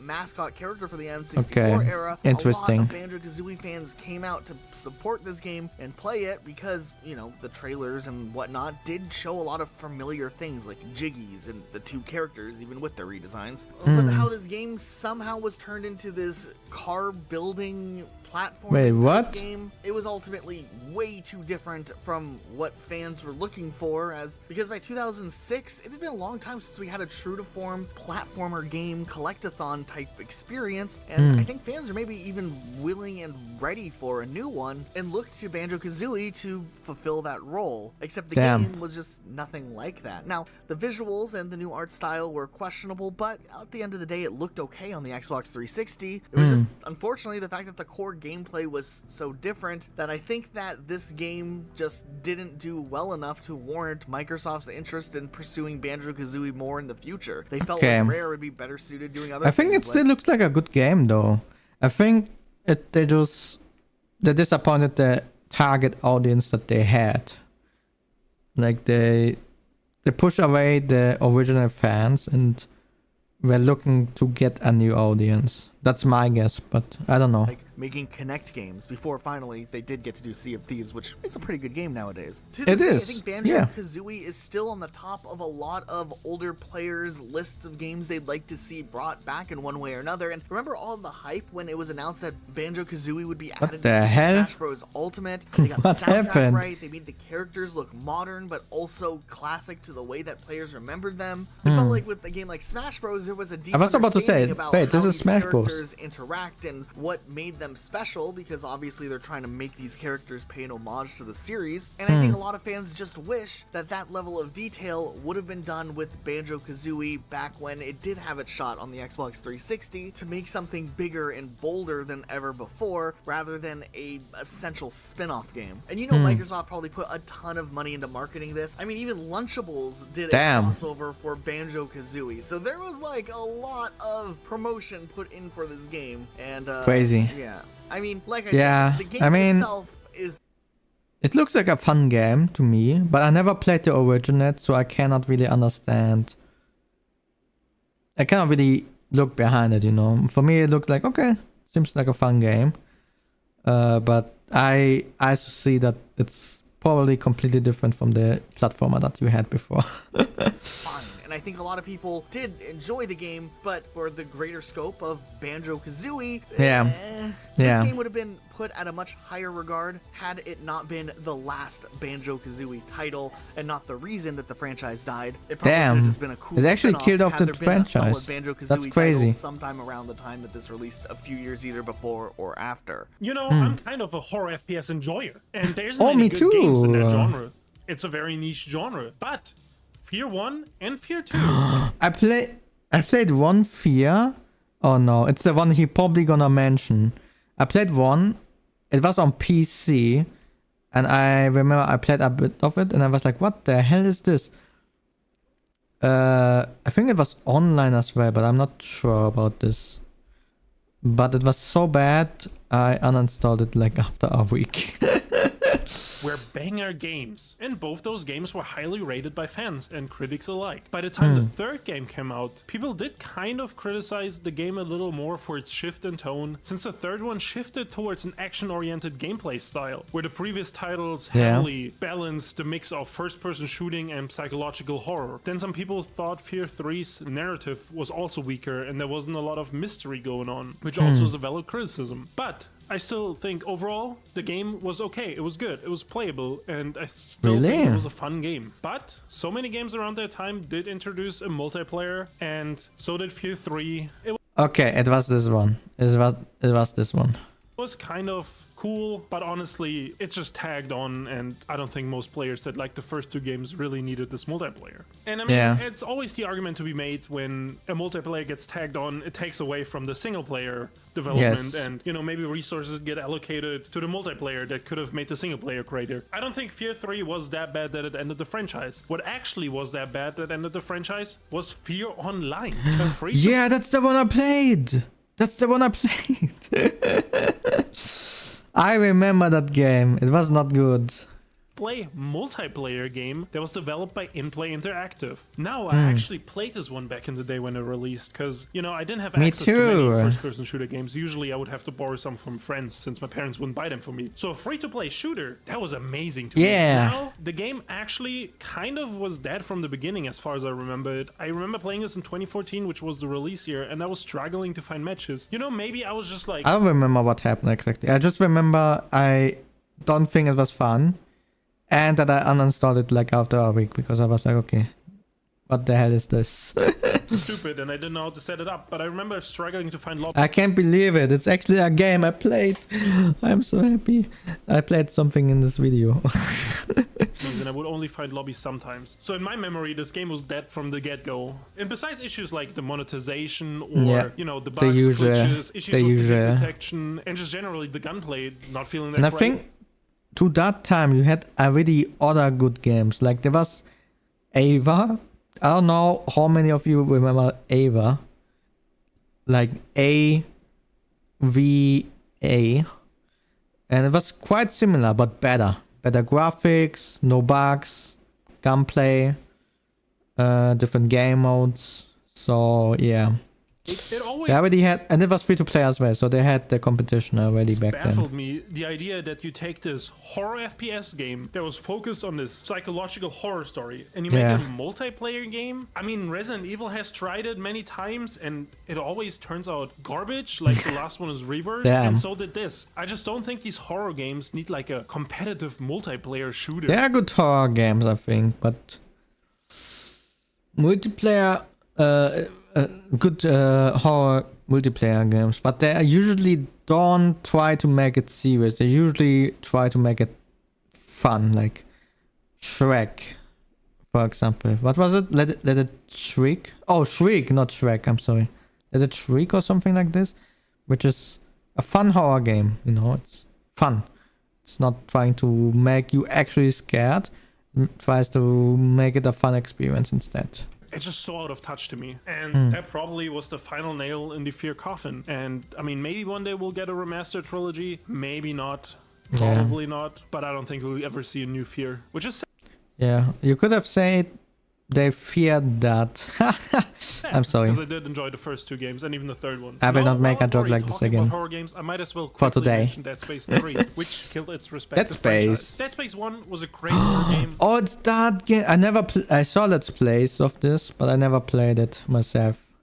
I have fond memories of it. I remember playing the game, and me and my friend were sitting in the same room, and we were too scared to play it, so we would toss the controller back and forth. And then Dead Space 2 came around, and it expanded on the story, and it was still very good. And the setting was different enough to at least keep me interested in the franchise. Then the third one gets announced, and it's gonna be a co-op game, which, you know, I love co-op games. I love playing games with friends, and maybe a scary game like this is a little less scary with some friends. But there's a reason we haven't seen a mainline Dead Space sequel, because Dead Space 3, frankly, just sucked. You know, there wasn't anything. Yeah, I think if I remember correctly, it was basically just, okay, monster pop up from somewhere, you shoot it, and then you continue your journey. Sometimes they spam a lot of monsters, and you have to be careful with your ammunition. It was no jump scares, no horror. It was just a monster shooter. Wrong with the gameplay necessarily. It was just all over the place with the story. Actually, recently me and Elijah hopped on the game because I finally talked him into it after months and years. And we played the first level. It was okay. You know, the snow was still different, but, you know, maybe like unique for a horror setting, but it was still cool. And then we get to the city and all this other stuff happens and you have no clue what's going on. These cutscenes play and it's just like all over the place. It's just I don't remember any of it as well. The only thing I remember from the Let's Plays that I watched is that at some point they were like in a ship or in a station, and yeah, they had like a boss fight or something. Yeah. They lost me, and I guess they lost every player. And I mean, I think the franchise already wasn't in a good spot beforehand. EA was already looking at the sales, and Dead Space 3 just didn't do well. And that was just it for the franchise. We got a remake recently, but I don't know if that did well enough for them to make another sequel. So for now, rest in peace to Dead Space franchise. Metal Gear Survive. Now, Metal Gear, there we go. Might look metal AF, but this game is not good. You see, damn! What happened to that game? Kojima is essentially a legend in the gaming development space. What happened to them? The father of the Metal Gear series. When Hideo Kojima announced that he would be departing from Konami, there was a lot of speculation that maybe there was some bad blood there at Konami. But nonetheless, the final project that Hideo Kojima would work on at Konami was Metal Gear Solid 5: The Phantom Pain. Apparently, it really was a Phantom Pain. Released, a lot of fans felt like Konami was maybe I said I wouldn't do it again. His name was removed from all marketing material about the upcoming Metal Gear game, and even when Metal Gear won the 2015 Game Awards award for Best Action Game and Best Score and Soundtrack, they didn't have Hideo Kojima there. He was reportedly barred from attending the event, and instead they had Kiefer Sutherland accept the award on his behalf. Fans definitely thought this was kind of weird already, and then when another Metal Gear game got announced, this time being a game not made by Hideo Kojima, fans were very skeptical that Konami might just be trying to quickly milk the series for any cash that they can, and I'm pretty sure that's what was happening. We got some interesting concepts here. We have some zombies, some poor survival mechanics, controls that aren't that good, gameplay that's really not all that fun, and some alternate timeline stuff going on. There was a lot of recycled assets from Metal Gear Solid 5, and then this game being tied to things like microtransactions. Oh no, why? Why microtransactions? Why do you have to do this? You don't need microtransactions in a game to make it good. You don't need it. You don't need it. If you need money to continue on your game, you can do other things. You can make merch. People will enjoy merch. You can sell the soundtracks. You can, I don't know, do specific events for that. You can make a con just for the event and see how many people actually are interested, and then give away cool in-game items for being at the event, stuff like that. I don't know, skins or something. To have an online connection to play the game, and just cosmetics. The game feeling really generic across the board gave this game pretty average reviews. This game saw a 95% decrease in sales from Metal Gear Solid 5, which isn't very good. So yeah, if you've ever wondered what happened to the Metal Gear series, it's over. it ended. If you're Crazy. in the mid to late 2000s, you probably remember the debate between whether you should buy an Xbox 360 or a PlayStation 3. It was a seriously contentious issue. One of the biggest debate never-ending always came battle down to exclusive games. I mean, Xbox had Halo, but at least Sony players would make the argument, well, we have Killzone. Most Xbox players would be like, okay. But I mean, Killzone was fine. Wait, what was the name? Series. No, this was something else. Never mind. I think most of the games are all right. Some of them initially maybe overpromised what gameplay would look like, but for the most part, the Killzone series was a solid first-party FPS experience, kind of in that sci-fi shooter genre. Killzone Shadowfall is the last Killzone game that has ever released, or at least as of now. And it doesn't was it that bad? For a new Killzone game, it's been 10 years. What's interesting about this game specifically, though, unlike the other games we've talked about, is this game really wasn't all that bad, but still it serves as the last game in the series. You know what I like? In all those future games, they have like cool graphics on a screen. Like you put their hand on it and then it works. Like it flies up like holograms. They fly around, and it's always like they always say like in around 30 years. Like in games from 2000, it will be the future is like 2030 or something. Then 2010 is like 2040. And the others goes on like this. And look at us. Where's my flying screen? I don't have any flying screen around my house. We have VR now. Yeah. But I cannot run around and have ads flying around me. Not yet. But yeah. Let's see when this will happen. I'm really hyped for that one. But I'm pretty sure it will take at least 20 more years until it's actually there. Series and marked the end of essentially the Killzone franchise. So what happened here that's different from everything we've already talked about? What's really interesting is after Killzone 3's release, it seemed like there was already plans and talks for where the Killzone series would move going forward, though somewhere in the early side of development, it seemed like Sony pivoted some plans and wanted a strong game that could launch. Wait, Sony has their own games? But they are PlayStation exclusive, right? Are they?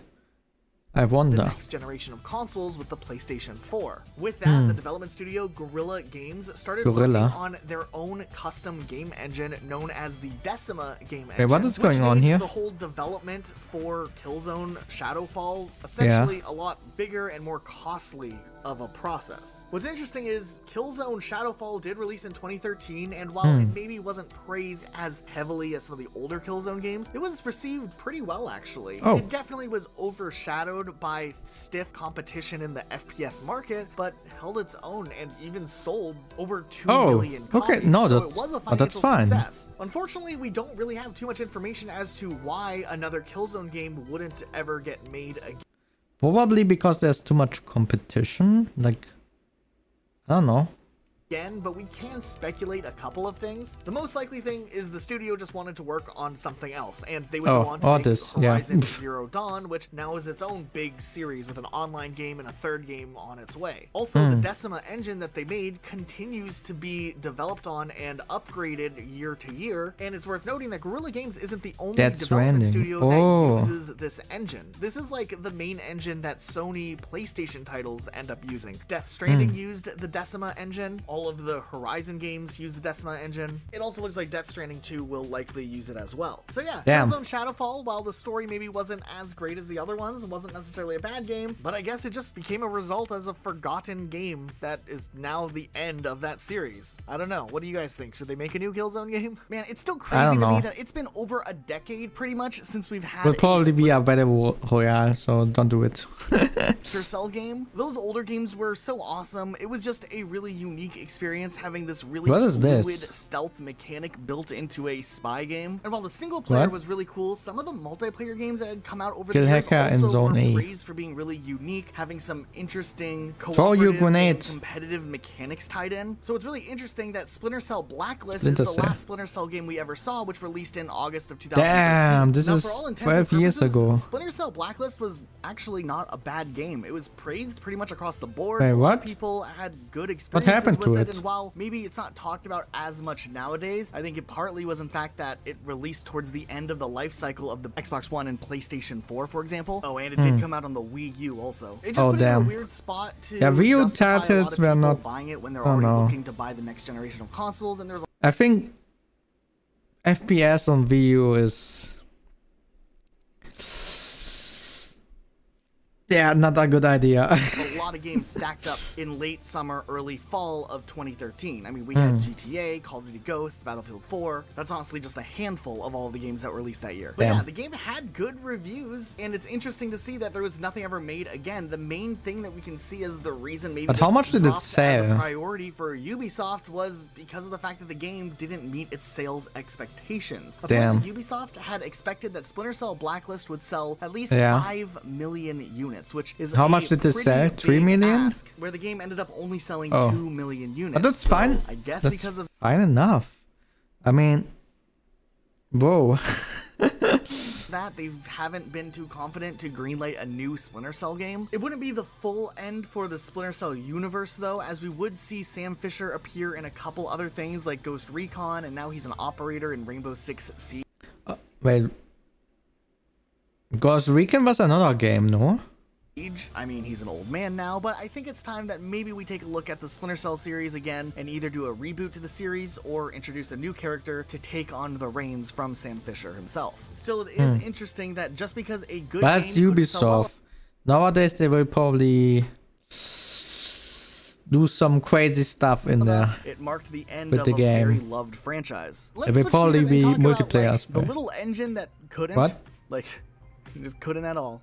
Just gave up, and that's the end. Chibi Robo. The story behind the what Chibi the Robo hell is this? Kind of a tragic tale. Chibi Robos existed for quite a while as a series that continuously tried to put out games that would be very popular in both the West and Japan. And I gotta say, no matter what we say about this game, you can't deny the fact that the developers believed in this game series and its character. They thought that Chibi Robo had every right to be one of the biggest video game characters of all time. But why? What is going on? LTD, the developers of this game series, most of the entries never really... This looks so weird to me. Like, it's just a small metal thing with a cable, no? Blew up in the way that they had expected. A lot of the games would just barely be a little bit of a commercial success, but nothing to like write home about. But since Skip LTD had a close relationship with publisher Nintendo, they weren't ever willing to give up with Chibi Robo, so in 2015, Chibi Robo Ziplash for the 3DS was announced. What's really interesting is if you read up on some of the interviews prior to this game's release, it seemed like the developers knew that this was like the all or nothing attempt to finally get Chibi Robo the recognition that it needed. Both of the main producer, Kensuke Tanabe, and the director, Risa Tabata, had talked about how they'd like to make more Chibi Robo games, but Tanabe outright said that if this game did not sell well, it would be the last entry of the series. That's a pretty definitive statement to say pre-release. He also went on to say, I've continually thought about ways to build this into mainstream success. We've challenged ourselves in assorted ways along those lines, but I can't say that we've found the answer yet. There was a lot on the line, and when it was time for the game to release, it really didn't do too well. In the UK, it failed to appear on the top 40 selling 3DS games. Like that week, it was still outsold by Mario Kart 7 that was almost 4 years old at that point. In Japan, the game sold around 1,400 copies, which placed it around 9th place for Japan video games that week. And after that, nothing was really heard of from Chibi Robo again. Now, the game itself had mixed to positive reviews, I mean, it looks okay, though. It was a critical and I mean, the mechanics look okay. I don't like the graphics and the design of the robots, but that's a me issue. Failure. Now, of course, there hasn't been any news on Chibi Robo, but that didn't stop the Nintendo fan base and the small Chibi Robo fan base to still speculate that more could come in the future. What the hell is this? I remember in 2017, 2018, there was a lot of speculation that Chibi Robo would be introduced for Super Smash Bros. Ultimate. That never happened. Fans thought perhaps the company was working on another Chibi Robo game, but nothing's been announced, and actually now that it's been quite a few years, a lot of people are speculating as to whether or not the company is even open anymore. Their website domain has now gone completely Let's buy it. Wait, what's the domain name? Open anymore. Their website domain skiptokyo.com. Should we check if they exist? Someone else probably already bought it. skiptokyo.com. Is this the right domain? Skipco. Is it them? No, probably not. Should I enter it? I'm scared that I will get to a scam website, but I'm gonna try it. Okay. skiptokyo.com. Where will I get led to if I enter this URL? Wait, nothing is happening so far. Wait, it's still not bought by anyone. Wait, what? No one bought this domain? Should I buy it and lead it to the Vizora homepage? What the hell? Wait, why did no one buy this? Usually, you know, when a domain is not available, there are like those weird people. They are buying this domain and then they are like, give us $1,000 or you will not get this domain. You know, those weird websites. But no one bought this at all. What? Wait. Domain checker. Maybe they still own it, but they didn't put their website on it. Check. Domain check. .com. No, it's assigned to someone. It's not available. It is not available. Okay, so someone is just putting nothing on the server for whatever reason.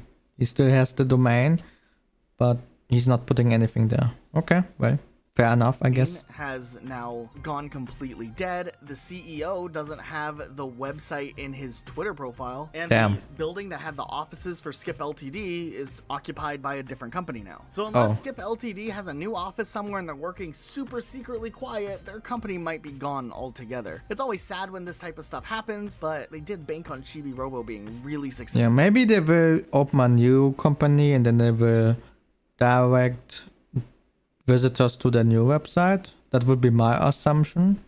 They will open something new, but it's not finished yet. They have nothing announced yet. So they'll just do nothing. I don't know. Successful, and I don't think that that game necessarily had that potential. The platforming itself was fun, but there was nothing memorable or extra that really would make it stand out against a game like Mario, for example. So, rest in peace, Chibi Robo Ziplash. It looks interesting enough though, the mechanics of it. Do you guys remember how much a mess Crackdown 3 ended up being? You know, in the late 2010s, after the whole Xbox One launch, Xbox was really trying to regain some ground by showing that they do have games and first-party games too. So they were trying to utilize a lot of their first-party games to show people that Xbox One is an actual force to be reckoned with. And Crackdown was supposed to be their big return to one of their own IPs that should have been awesome. They announced this game all the way back in 2014. What is this? And the game was supposed to use cloud computing features, which would be a crazy thing that was supposed to be a core of the whole Xbox One software. It was supposed to have things like city destruction be saved and would utilize real-time destruction, which would have been kind of cool. And the game kind of overpromised this feature, or at least what the hell is going on? It seemed like this game would have this really innovative way of having destructible city parts that would be permanent, and then in the multiplayer side, you could make permanent changes to the landscape that everyone plays in, and it would carry that are some high promises. This was obviously not exactly what the game was capable of, but at the very least, a lot of the pre-release discussions for this game kind of shaped that impression to viewers. Now, this game was supposed to come out in 2016, but got delayed a whole year till November of 2017 to launch, coinciding the Xbox One X. The game would get delayed again to 2018, and during this time, there was a little exodus of developers who were working on the game leaving to go to Epic Games because of the explosive popularity of Fortnite, which meant with less personnel working on the game would need to be delayed again, and finally it was set to be released in February of 2019. The game that's just 6 years ago. And I don't know. It didn't feel like the 12 years between Crackdown games was really worth the wait. It felt like a Crackdown game to an extent, sure, but it didn't feel like there was any notable evolutions. If anything, some parts even felt like a downgrade from the original Crackdown games, and this game just kind of landed in the middle of the road when it came to its public reception. At least everything is destructible. But, of course, with the way that Xbox has handled I guess, during that entire maybe, decade I don't know. 2013 to probably now, seems like Xbox is really down for throwing a ton of money into marketing, promoting games, and making the games look like something that you really want to experience, just to actually get into the game and find that it's something else. And I feel like Crackdown was a victim to this ideology as well. After the game's release, it would actually turn out that Cloud Engine, one of the developers for Crackdown 3, was purchased by Epic Games during the development of Crackdown 3. It wasn't anything that was explicitly hidden, but not something that was really publicly known about until after the game's release, and then Crackdown 3's developers were really just thrown into the Fortnite mix. And while we don't know for certain that everyone's working on Fortnite, we do know that the company is working on Unreal Engine, and obviously that does power Fortnite. So it is interesting to see how Fortnite did change a lot of the gaming industry. Fortnite is crazy. Huge explosion. I haven't played it in a long time. I should play it again. At least a little bit to see what's going on there. Face of a Dead franchise where nothing new comes for a very long time. Dead Rising 4, which finally did release in 2016, unfortunately didn't live up to a lot of the expectations. Man, we didn't have any good zombie games in a while. Where's the good zombie games? We only get those copy paste games every once in a while, which is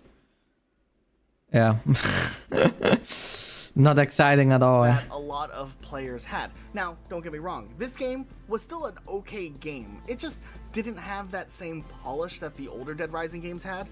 Now, this game was developed by Capcom Vancouver and published by Microsoft Studios. And while this game did have some cool, fresh ideas, and the gameplay, once again, not being the worst thing, it mostly felt like the story was one of the weaker parts, and then, of course, what the hell? Why are there so many burgers? Something we don't like to see when an older game has co-op. Also, with a story not being as good, when you have gameplay that is a little bit repetitive, and you have to do just kind of a lot of these objectives repeatedly, it just doesn't feel as polished of an experience as maybe what you would hope for or remember if you're a fan of the older Dead Rising games. Ultimately, a fun game. This game only ended up I don't know. I haven't played any of them, so I have no clue. Had the expectation of at least 2 million. There was plans for a sequel game known as Dead Rising 5, and it did enter development at Capcom Vancouver for Windows and Xbox One, and apparently it would have served as a prequel happening but it never happened. 2 and 3. They canceled it. Capcom ended up closing Capcom Vancouver, and this project ultimately ended up being canceled. You know, going into the 2000s, Sega really had a rough time keeping up with everything that was going on. And while companies like Nintendo had a huge roster of popular characters across different franchises, Sega had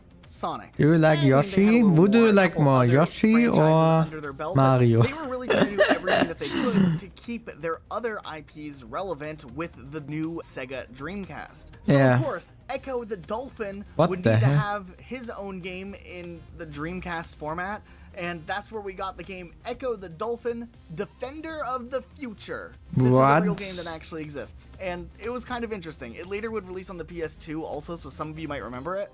What is happening in this game? Some voice acting, you get some power-ups, it's a good time.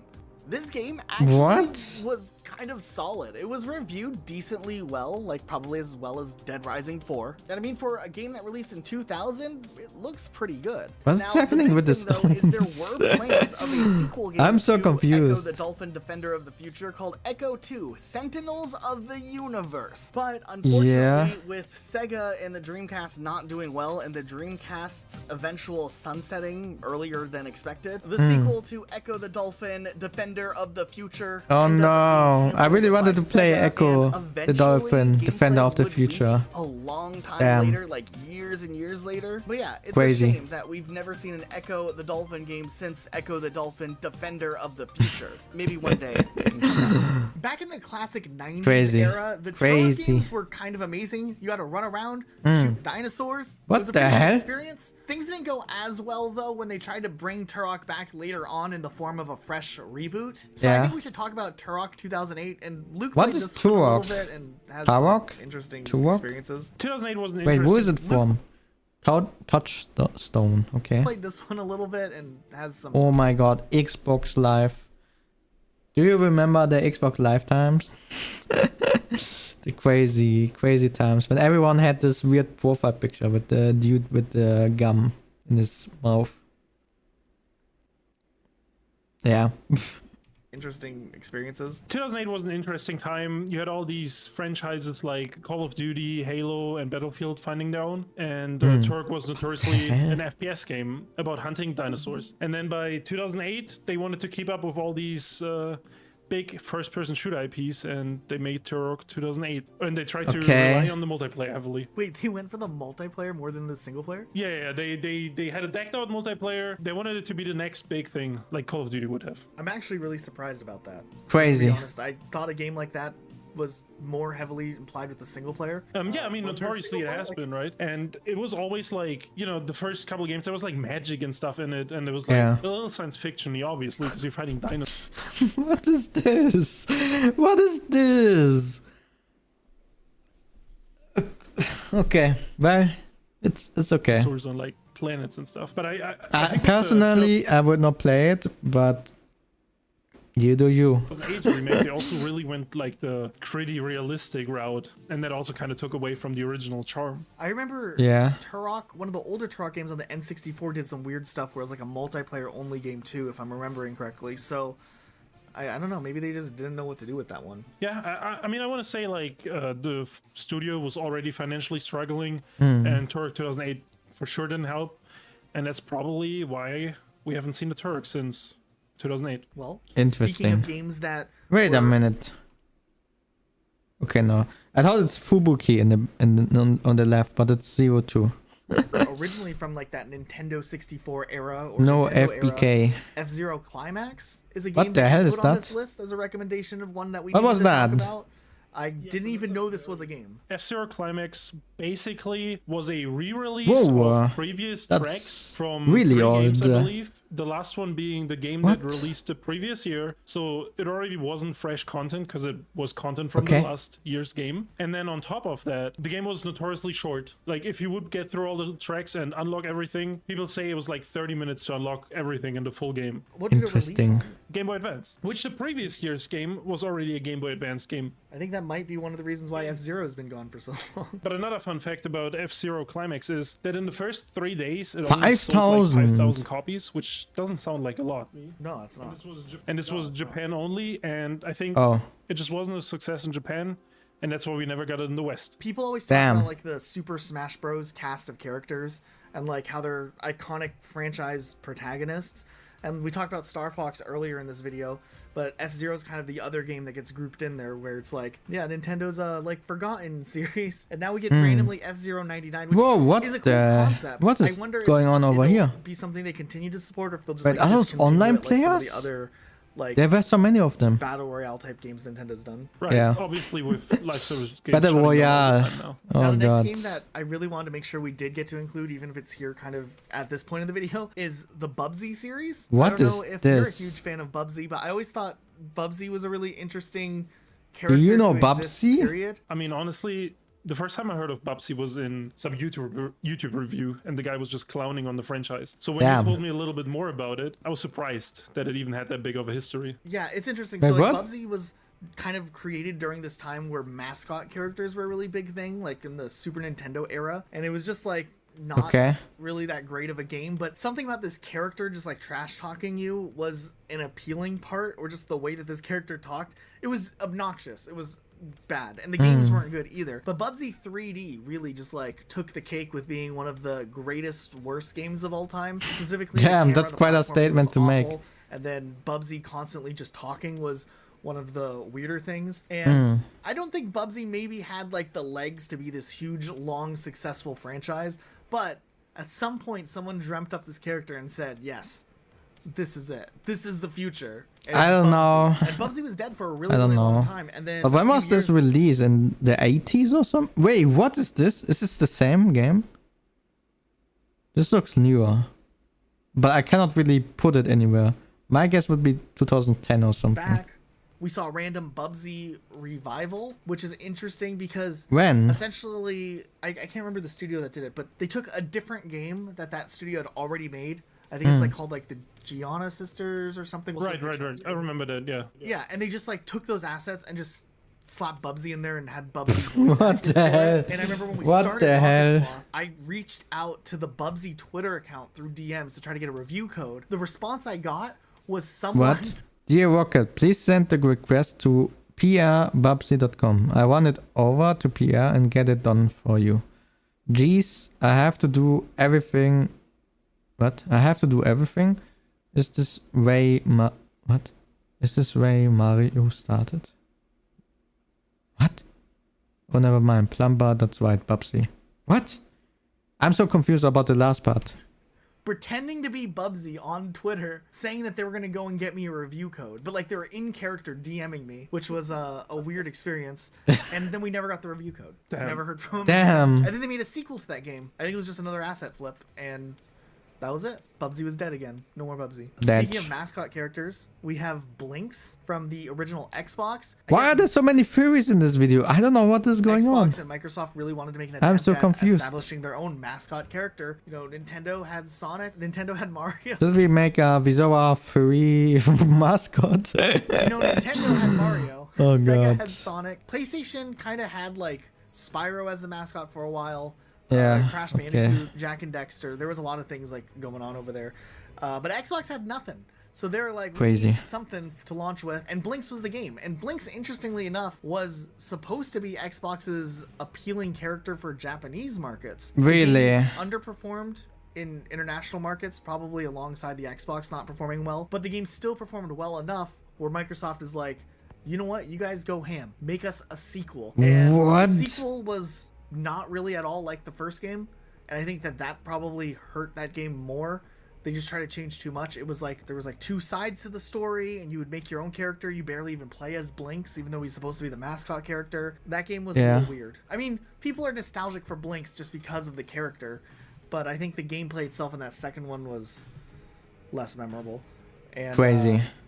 yeah, they did not hire the company back to make a third game. So I that was wonder the end of why. Blinks, I think. For now. I wonder why. Probably forever. Next on our list, we have Lost Planet 3. Do you know much about this game? Honestly, I remember these. They were on the No? portable PlayStation, no?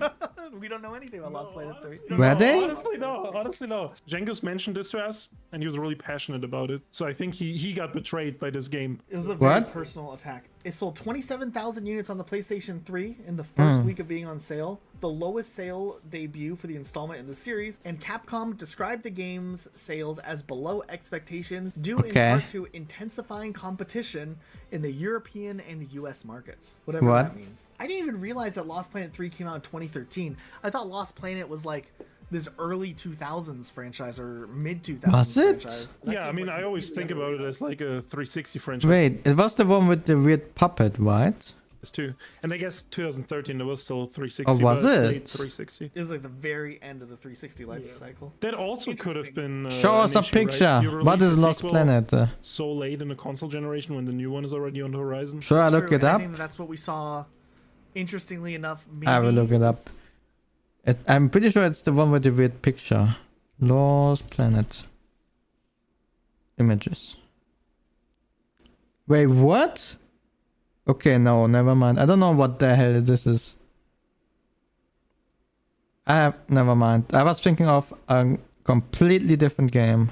with the rhythm games we talked about, like there was the oversaturation of the market, and both Rock Band and Guitar Hero wanted to return, but they were waiting for the next generation of consoles to be released and things to get like evened out, and that's why we didn't see them maybe till 2015 rather than just like a 1 or 2 year break. Okay, and then this one, I was unsure if it counted, so we put it way here at the end of the video. Oh, but we are at the end of Apex the video. Legends, does that count as a game that killed the Titanfall franchise? I know it's technically a Damn, spin-off, we but have would you count that Apex for in this video? list? I think it's a unique case here, and I think the popularity of Apex Legends probably means we'll never see a Titanfall game, because why should they make a Titanfall game when Apex Legends makes them so much money Yeah. and funds their studio? I think we're getting a Titanfall 3 though. I still believe. I think, see like, rumors every day on this video is gonna go out and like in 2 weeks. Watch.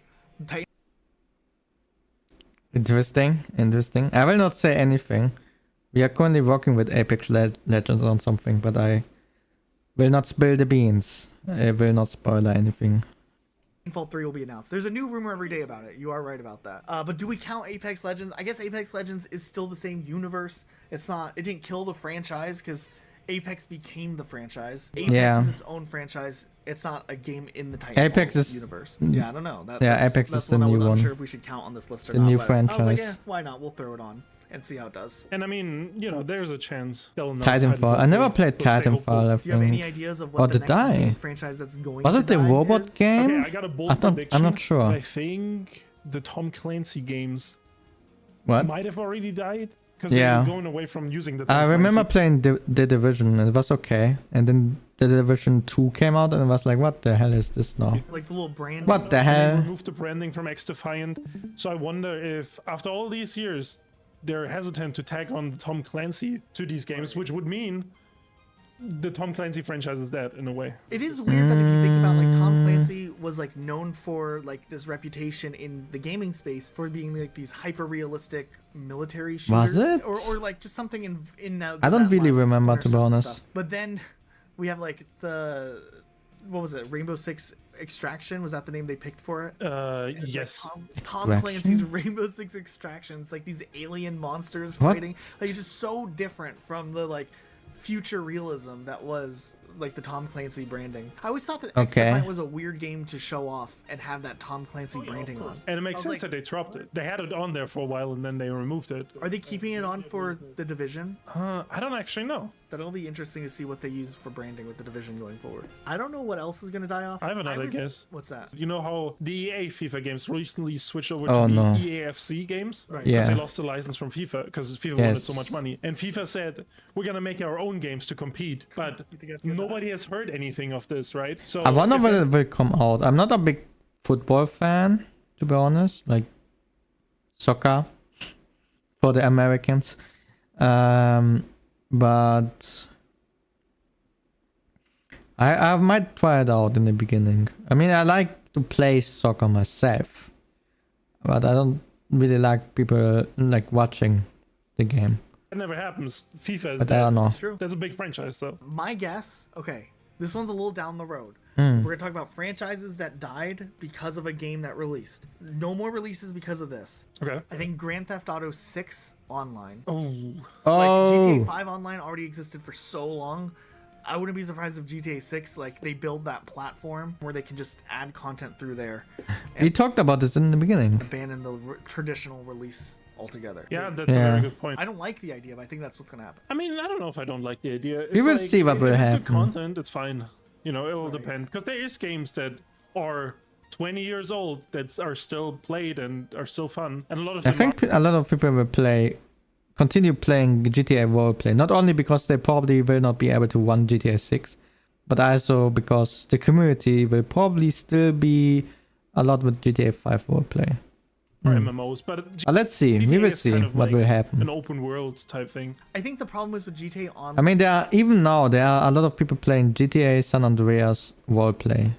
So, yeah. Online, the like microtransactions are really egregious. It's very much like in the PvP setting, very much pay to win, which I think is frustrating for a lot of people who would normally like to experience the GTA world online. That is something that I feel nervous about, that they're going to repeat that with the next GTA.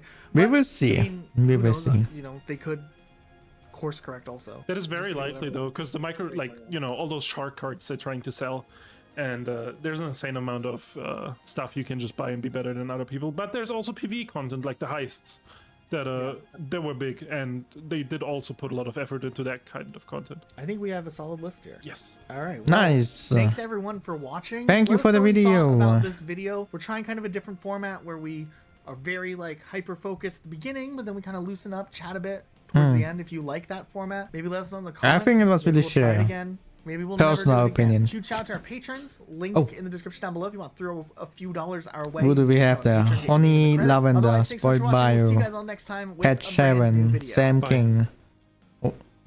Oh, it's like the credit screen. Michael Zebo, Mr. Keys, Tony Butler, Nicola Davidson. Okay. You've been waiting. we have one last video for today. And then we will go with Japanese. I don't know. Should I drink something with... I don't know. I was thinking of making a special drink with caffeine. But I don't know if it's a good idea. I mean, until it's in my blood, it will probably need some time. I mean, I will probably need it for Japanese. My brain is still scrambled a bit from work, to be honest. And I have to get back to it after the stream. I cannot believe it. It's the usual. I don't know.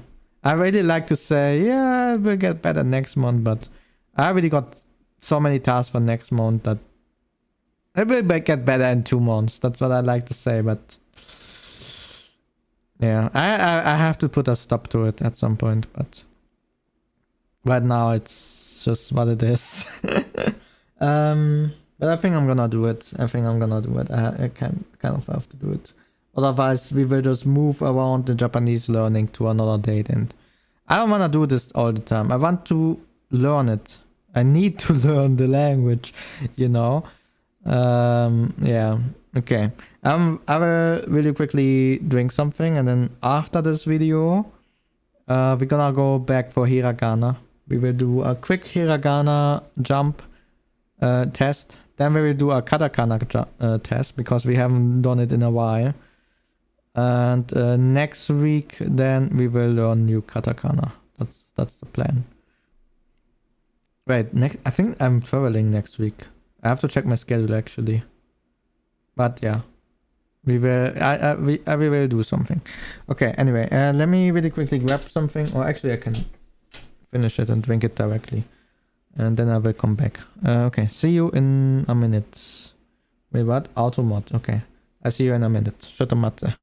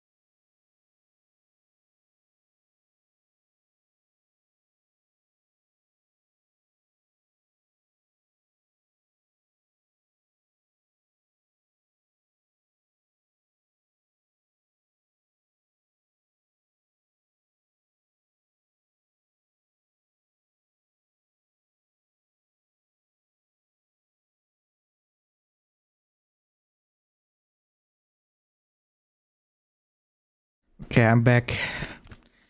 Let's do this one more video. 11 games that died a few days after launch. You've been waiting for months, maybe even years, for a game that promises to be a masterpiece. The trailers I like Cyberpunk, yeah. And you're ready to dive into something you thought would make you enjoy video games the same way you did as a kid. But then the game drops, and it's nothing like what you expected. In fact, it's so bad what that the heck was that? Never even finished. So what the heck went wrong? I really enjoyed Cyberpunk, by the way. I only had a few bugs sometimes.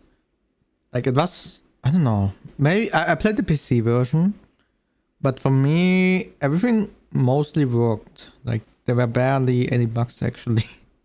How is it that some of the biggest, most anticipated games in the industry can launch with so much excitement, but somehow die just a few days later? For example, Marvel's Avengers was the first high-budget game based on this iconic superheroes universe. It was highly anticipated, not only by comics nerds, but also by the entire gaming community. However, it looks fun. when it was finally what released, happened? The developers were met with a shock. People hated it for being buggy, repetitive, and unfinished. These issues, combined with long load times what the hell? disconnects in multiplayer modes, frustrated players, making the game difficult to enjoy. Once the story was finished, there was literally no fucking reason to play more. The live service model relies on delivering regular content updates to keep players engaged. But Marvel's Avengers suffered from a significant lack of meaningful updates. The promise of additional heroes, missions, and events didn't arrive fast enough, causing players to lose interest quickly. So that's why we have Marvel Rivals now. Model, which focused on expensive cosmetic items and microtransactions, left players even more dissatisfied. Oh no. Within just a few weeks, the game's active player base dropped drastically. On Steam, the player count fell below 1,000 concurrent players just a month after release. Damn. Matchmaking? Good luck. How much? Wait, how much did it have in the beginning? Almost 30,000. What? That's Just crazy. a month after release. Matchmaking? Good luck. In response to the backlash, developers promised improvements and released patches to fix bugs, but the damage had already been done. Yeah, The it was too essential late. Updates, including new characters like Hawkeye and Black Panther, came too late to recover the lost player base. As of 2023, the game has been largely abandoned, and no significant new content has been Wait, but it's still online. 2022. It felt like 60% of the budget went into the opening level. This game is so unfinished. I thought EA was responsible. My girlfriend, who isn't a gamer but watches Marvel Universe movies with me, said, "You always seem to be in the same areas." Damn. Showed how a legendary brand can fail under the weight of unmet promises. But it wasn't the only disaster. Today, I will show you the 11 games that died 10 days after launch. And at Let's the end, see. you'll notice a lot of similarities that existed in all of these Oh no, games. it's probably Next up, microtransactions in a lot of a them. game that took an iconic series and turned Fallout. it into one of the most popular failures in gaming. Oh no, I remember those 76 bugs. generated I saw so many significant memes about as the them. developers aimed to offer So an open many. environment and the chance to explore post-apocalyptic West Virginia with friends. Fans were curious to see Take how me the beloved home. series would Wait, adapt was it to West multiplayer gameplay. Virginia? However, despite the hype, Fallout Country 76 roads? launched I don't know. to immediate backlash. Oh, damn. Players found bugs everywhere. Yeah. They criticized it for its lack of NPCs, resulting in a world that felt empty and lifeless. Well, Moreover, that's the lack what of it is. traditional storytelling also left fans disappointed. It felt like beta testing a game you paid full fucking price for. The overall experience felt rushed and unfinished, and as the weeks passed, player engagement crashed. Endgame content was nearly non-existent, and many Crazy. players quickly ran out of things to do. The reliance on grind-based mechanics for leveling up and gear possession was monotonous. The game's initial player base decreased rapidly. Damn, 2.5. The game were left unsatisfied. You can give 0 Where's my father? points? Fallout 4. Where's my son? Fallout 76. Where's my refund? To be fair, Oh. it is pretty impressive how they managed to cram every single thing wrong with the modern games industry into one huge clusterfuck of release. However, a year later, the developers tried to save the game through patches and updates. But Yeah. many fixes were slow to arrive. The developers continued to release content updates. Wait, this was the game. Wait, what was it? I think there was a patch which made you lose all your items without any way to getting it back. I think it was this game, no? I think so. Like one that reintroduced NPCs and renovated the quest system. While these efforts improved the game, they came too late to restore its initial player base. By then, the damage had been done, and many players had moved on. But still, when it comes to not matching expectations, No Man's Sky seems to be even worse. This game, Yeah, there were so many bugs. I still played. I still enjoyed playing it, but it was. By the time I played it again, there were not so many people anymore. But I think after I left, there were more people coming back to the game. So I think this game is not that anymore.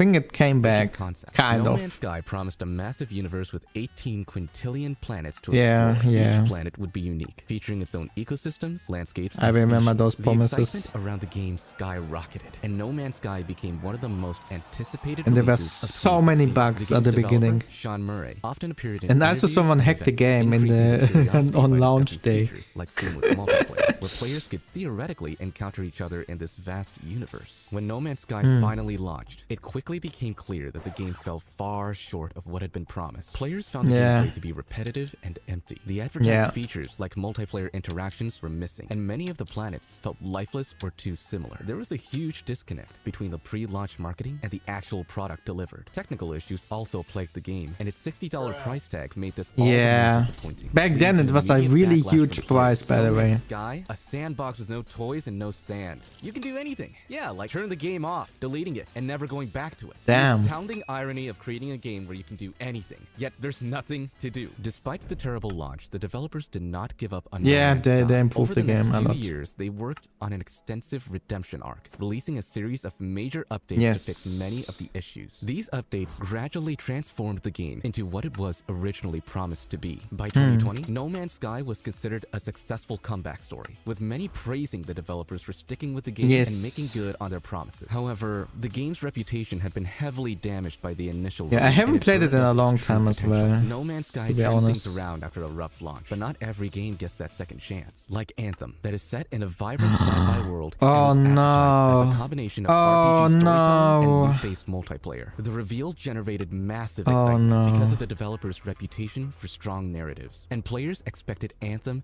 to be a game changer for the live service model. The game was developed by BioWare and published by EA, which looked like a good Yeah, collaboration, but IEA. turned out to Who be a doesn't hell. know Despite the loud IEA? reveal, Anthem faced significant development challenges behind the scenes. After launch, the game suffered from mismanagement, direction yeah. changes, and a lack of logical vision. The developer's famous storytelling took a back seat as EA pushed for the game to be a There major were live so many service title, microtransactions shifting in the focus to game as well. multiplayer and loot mechanics. The Yeah. result was a rushed development cycle, with many core aspects of the game being created in the final 18 months before release. This lack of clear direction during the 6-year development process became apparent upon release. While players appreciated the flying mechanics and the beauty of the world, Yeah. everything else, from the loot system to the story, felt underdeveloped and unpolished. Within weeks of launch, the player base began to drop drastically. The game's live service Crazy. structure couldn't retain players due to its lack of meaningful updates, and matchmaking became difficult due to the reduced amount of players. Despite BioWare's promises of patches and improvements, the game was never able to regain momentum. Anthem feels Crazy. like a group project, where 2 of the members did their job flawlessly, and all the other members remembered they had a presentation the night before, and threw it together as fast as possible. This game was one of my most anticipated games ever. It was such a sad day when I started playing, to realize that the best feeling mechanics were thrown into terrible story/experience. A few years later, the developers announced Anthem Next, a complete Oh, rebuild of wait, the game, what? promising to fix its core problems. The announcement brought some hope to the remaining fan base, Wait, but what? the project was ultimately cancelled in 2021. Oh, BioWare I didn't shifted even focus to hear other about it. projects, officially ending support for Anthem. It flopped, but at least it didn't ruin the face of an entire movie franchise, like Aliens Colonial Marines. Oh, The game was supposed to uh-oh. deliver an authentic first-person shooter game set in the iconic Wait, first Aliens movies universe. Wasn't there an People were alien game which was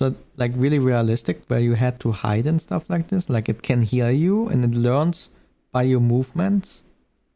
excited about the hope of fighting xenomorphs Wait, in but isn't atmospheric this one, environments, right? with the game Is it? promising to provide deep lore and cooperative multiplayer modes. Over the years, the game's release was delayed multiple times, which only increased anticipation. Behind the scenes, the development process for the game was deeply troubled. The Damn. developers reportedly shifted resources away from Colonial Marines to focus on other projects, and outsourced large parts of the game to a different studio, resulting in a lack of clear direction. These problems went largely unnoticed by the public, but inside, it was clear that the project was suffering from mismanagement and inconsistent development focus. When Damn. the game was finally launched, it was met with criticism. The game had been advertised with impressive trailers and gameplay demos showing advanced AI and cinematic visuals. but Oh, the final wait, is it product this was one? far from what had been advertised. The difference between pre-release footage and the actual Oh, no, game it's was not. staggering, Never mind. with Colonial Marines falling significantly short. If this in is the almost game, every then not. area. The Xenomorph AI was one of the biggest disappointments. Instead of presenting a challenging and terrifying enemy, the Xenomorphs moved erratically, often getting Damn. stuck on objects or failing to attack the player Oh, look at altogether. him, he's The poor dancing. AI mechanics made combat feel unchallenging his and boring. destruction. For a game that It's- had been in it's development for destruction. years, Destruction. Aliens Colonial Marines looked extremely outdated upon release. The graphics looked bad, with low-resolution textures, clunky animations, and poor lighting, all of which contributed to a lack of atmosphere the in a hell? game where mood and tension should have been central. Moreover, while the game was announced as a canonical sequel to the Aliens film, the story was criticized for being uninspiring and unclear. The level Damn. design felt generic and repetitive, with Damn. environments that failed to capture the claustrophobic tension that made the Damn. film so iconic. Wait, It had he was also behind a him. multiplayer mode, but the unbalanced mechanics and poor What was that? implementation meant that the multiplayer experience was just as underwhelming as the single-player campaign. Yeah, this One is of not the looking most good. popular post-launch discoveries was a coding error involving a single misplaced letter in the AI code. This type typo Oh, severely no. impacted how the xenomorphs behaved in the game, leading to their wooden and broken movements. Oh, While the error was no. later fixed by modders, it became symbolic of the rushed and poorly handled development process. The fact Damn. that such a simple error could derail the entire gameplay experience was a testament to the game's larger problems. I still remember how I watched the gameplay demo back in 2012. I was so happy to finally see another Aliens game, and it looked so damn good. The levels and the lighting effects were really impressive.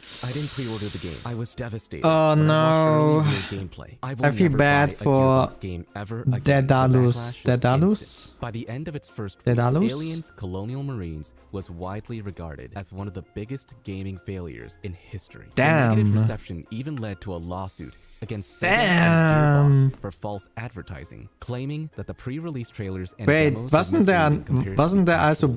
Bioshock While the where this lawsuit was happened? eventually settled, the damage to the game's reputation was I think it was irreversible. Bioshock. However, Aliens I'm not Colonial sure. Marines wasn't the only movie-inspired flop. Fast and Furious Crossroads Wait, also what became is quickly this? forgotten because The of heck? unmet expectations. What The is- creators released the teaser What is everyone this? was talking about, starring Vin Diesel, Michelle Yeah. Rodriguez, and Tyrese Gibson. Fans were I have promised no a new clue what those storyline, people are. missions, and cars that could only exist in a Fast and Furious universe. In theory, Yeah. this seems like it would be the game to finally deliver on the franchise's gaming potential. A year later, the game was finally dropped, but then the damn. problems started to show. From the What the very heck? beginning, reviews were negative. What was People that? called it outdated. The graphics looked like from 2010 rather than 2020. The gameplay? Oh, clunky it's and repetitive. 2020. What was supposed to be a game on the level of GTA turned out to be a cheap knockoff. Oh, And it didn't stop no. there. Technical issues plagued the game, frustrating those who were determined to give it a chance. Missions felt more like chores than Yeah, adventures, this looks with little of the excitement really that outdated. films are known for. They were not For- lying. You will finish this game fast. For a and game with furious. this game has a short story. this much of a game of a name. It's not an indie game. For indie games, I would be like, okay. It looks like one of those 3D car racing games that you play at the arcade. Within just days of its release, Damn. the game's player base crashed. Social media that initially were loud about the game no. fell silent. Fast and Furious Crossroads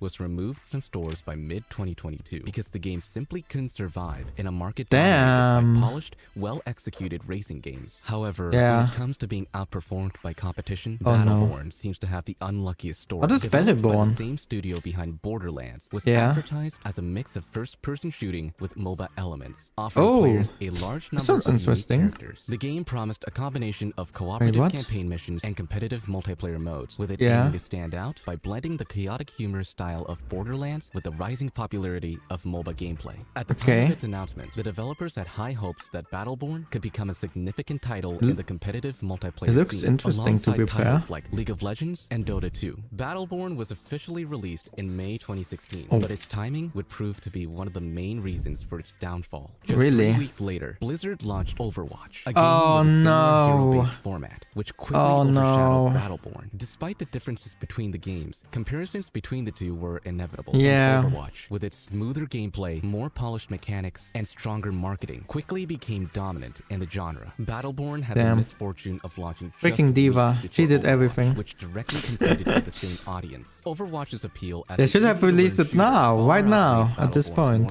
complex mechanics. Blizzard's marketing machine also played a big role in generating huge hype, while Battleborn struggled to gain traction. One of Battleborn's main issues was its confused identity. It tried to combine too many elements, MOBA, hero shooter, and cooperative campaign, all Okay. at once, which made it difficult to categorize. On the other hand, Overwatch had a straightforward appeal as a pure team-based shooter, making it Yeah. much easier for players to grasp. The developers tried to support Whoa, Battleborn. what the heck was that? Content, but the player base had already started to decrease soon after release. The game's high learning curve, combined with its declining population, made it difficult for new players to get into the game. It looks creating a interesting vicious though. cycle I of feel bad player for the decline. game. Without a strong player base, the developers couldn't justify long-term support on the same level as Whoa, Overwatch, what the which was heck? quickly becoming a massive success. Just over a year after launch, the developers made the decision to transition Battleborn to a free-to-play model in a desperate Oh. effort to attract Wait, more did players. it cost However, money the before? damage had already been done. Most players had moved on, and the Overwatch Wait, community this is the continued game? to expand. Okay, even never more mind. little room for In the other Battleborn shots to it look regain a little bit relevance. better. It's a shame it didn't get an offline mode. I like this game and only ever played it solo. I remember playing the hell out of this game. Tried to get my friends to play it, but they were heavy into Overwatch. Game had a ton going for it. Sadly, Overwatch overshadowed it. After being dead for a few years, the developers officially announced in late 2019 that the game would be shutting down. In January 2021, all servers for Battleborn were taken offline, and the game became completely unplayable. Despite the potential that Battleborn had, it ultimately couldn't survive in a marketplace dominated I feel bad for it. It looks Battleborn couldn't survive in the shadow of a much bigger competitor, but it wasn't alone. Babylon's Fall was developed by a company with a strong reputation for its high-quality productions. It was advertised as a high fantasy action RPG. Wait, what are we getting now? And the hype for it was really loud. However, wait, what is after its this? first trailer, news about Babylon's Fall went quiet for several years, leading to speculation about the game's development. Wait, when what? the game finally re-emerged in 2021, it came with significant changes. The biggest What is this? It surprise looks was like that it had transformed from a traditional action RPG into a live service game. The shift was seen as an attempt to capture the growing trend. It looks like Final Fantasy and wait, what the hell is this? More focused single-player experience. The early footage showed a downgrade in graphics and an art style that was widely criticized for being bland and unremarkable. Wait, what? But when Babylon's Fall finally launched, They look like March Playmobil 2022, figures. It was met with overwhelming I'm sorry, I had to make Players this said that comment. The game felt rushed, incomplete, and far from what they expected. Oh no. One of the most common complaints was the poor visual They quality. played too much It looked like an Playmobil. early generation game, That's especially what compared happens to other you if you do high-budget this. multiplayer games on the market. Crazy. Despite the developer's history of delivering They tight should have and played satisfying Lego combat mechanics, and make the gameplay in another Babylon's Minecraft. Fall was repetitive and uninspired. For a live service title, Babylon's Fall lacked the content needed to keep players engaged post-launch. With a But from limited far number of away, it doesn't missions look and an that empty bad. progression system, players had little motivation to continue Even though the playing after UI is a completing little the main bit content. Without regular weird. updates or compelling Actually, engine why content, are there so many Babylon's Fall weapons behind the struggled persons? to retain its already small player base. Within weeks of its launch, Babylon's Fall was suffering from incredibly low player numbers. On platforms like Steam, the player count dropped to single digits at times, with many matches being difficult to fill due to the lack of Zero. active users. The extreme decline in players led to even more problems, as the multiplayer For a game focus with a of the big game budget, made it that's impossible to not progress good. without a full team, compounding the frustration for the few remaining players. The real tragedy is the very existence of games as a service. Yeah. Cheap-ass looking $60 live service 60 game with cash shop, bucks? battle pass, and other microtransactions? Sign me the hell up. Expected reaction of an average gamer, according to the owner. After months of trying to revive the game through updates and events, the developers announced in September 2022 that they would be ending support for Babylon's Fall. Finally, the game was scheduled to shut down its servers in February 2023, less than a year after launch. But if you think Babylon's Fall fucked up hard, wait until you hear about a game so broken that tanks flew into the sky, tornadoes turned into glitches, and even basic features like a scoreboard. This looks didn't cool. exist. One of the most famous war games in the world says it's making a game so amazing it will change everything. Oh The no, trailers it's look EA. like a Oh dream. no. Huge Oh no, is it Battlefield? Is it Battlefield?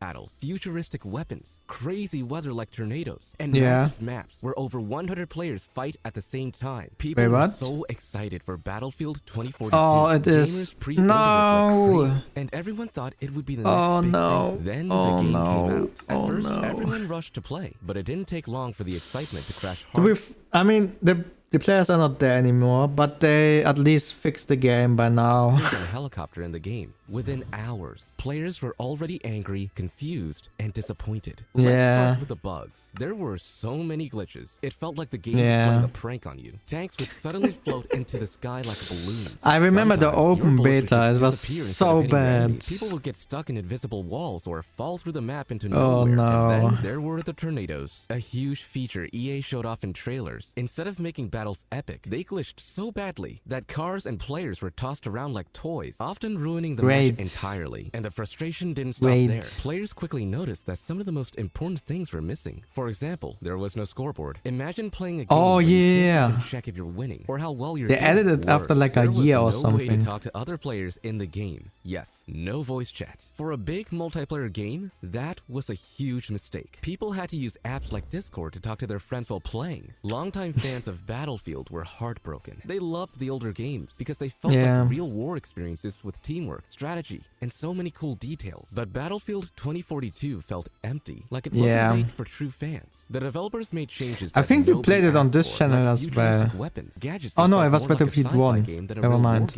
And there was no single-player campaign, so people who didn't want to play online had nothing to do. Soon, the reviews started pouring in, and they were brutal. On Steam, one of the biggest gaming platforms, the game got overwhelmingly negative reviews. People said it felt unfinished, rushed, and shitty. And you know what? They were right. It felt like EA cared more about making money than making a good game. Within days, players started leaving fast. At first, the servers were full of people, but after just a few weeks, it was hard to even find a match. People who loved the Battlefield series moved on to other games. Yeah, it's sad. I mean, it was just overpromised, and I don't know what happened to that game. Battlefield 2042 was like a ghost town. EA did try to fix it. They released patches to fix the bugs, added some of the missing features, and promised players that things would get better. But it was too late. Most players had already given up, and many said they'd never trust EA again. The saddest part? Until Battlefield 1 came out. It had so much potential to be one of the best games ever made, but it ended up as a huge failure. However, can a game be too fast for its own good? Ubisoft thought they could outshine Fortnite and Apex Legends with Hyperscape, a parkour battle royale where speed was everything. But what happens when players can't even keep up? Imagine a flashy, futuristic battle royale game drops out of nowhere, promising to be the next big thing. It's got neon I never lights, heard of this game. weapons, and a fast-paced Never in my sim where you life. can double jump and climb walls. Sounds cool, right? That was Hyperscape, Ubisoft's big attempt to challenge games like Fortnite and Apex Legends. You might have missed it entirely because Hyperscape didn't just fail, it vanished almost as quickly as it appeared. Wait, what? When Ubisoft announced Hyperscape, it had everything going for it. Yeah. Battle royales were all the rage, and Ubisoft wanted to bring something fresh to the table. The game took place in a virtual city called Neo Arcadia, where 100 players jumped in, battled, and tried to be the last one standing. The twist? Players could jump Is this actually gameplay? bounce around rooftops, and use special This is abilities some called quick action hacks, going like on. teleporting or becoming invisible. It was like a sci-fi parkour What the version of hell? a battle royale, and the fast-paced action looked awesome in trailers. But Yeah. here's the thing, it's not enough to look cool. A game has to feel fun to play. And Yes. that's where Hyperscape started to fall apart. For starters, the game was too fast. The movement and combat Yeah, I was really so noticed quick it. that it became hard You for have to most players be keep up. Imagine running a through Fortnite futuristic sim, gamer trying to aim at keep someone, up. but they're already zipping away to a rooftop or disappearing completely. It was frustrating for casual players who make up most of the gaming community. And if your game Yeah, it's isn't for fun hardcore the average gamers. player, it's Hardcore doomed. players, Then there was the lack not of gamers personality. necessarily. Games like Fortnite and Apex Legends are more than just fun. They have colorful characters, exciting stories, and moments that make players laugh or cheer. But Hyperscape felt bland. The world looked shiny, but it didn't have much soul. The characters were forgettable, and the game didn't give players a reason to care about what was happening. And let's talk about I'm a little bit in battle confused as royale well, but games, it looks weapons are a fun. big deal. Players want variety Whipper. and balance, but What is Hyperscape this? had a small Is it the selection of same guns game? that all felt the same. You could fuse weapons by collecting duplicates to make them stronger, which Okay. sounded cool, but didn't add much strategy. After a few matches, it started to feel repetitive, like you were doing the same thing over and over again. The game also had a Insanity. unique Twitch What integration the hell where is viewers this? could vote on in-game events like low gravity or health Oh, boosts during wait, matches. what? Ubisoft hoped this would make the game popular with streamers, but it didn't really work. Streamers need games that their audiences love to watch, and Hyperscape just wasn't entertaining enough to keep viewers hooked. When the game launched, the player numbers dropped fast. At first, Ubisoft pushed hard to keep it alive, adding updates and tweaking the gameplay, but it wasn't enough. By the end of 2020, Hyperscape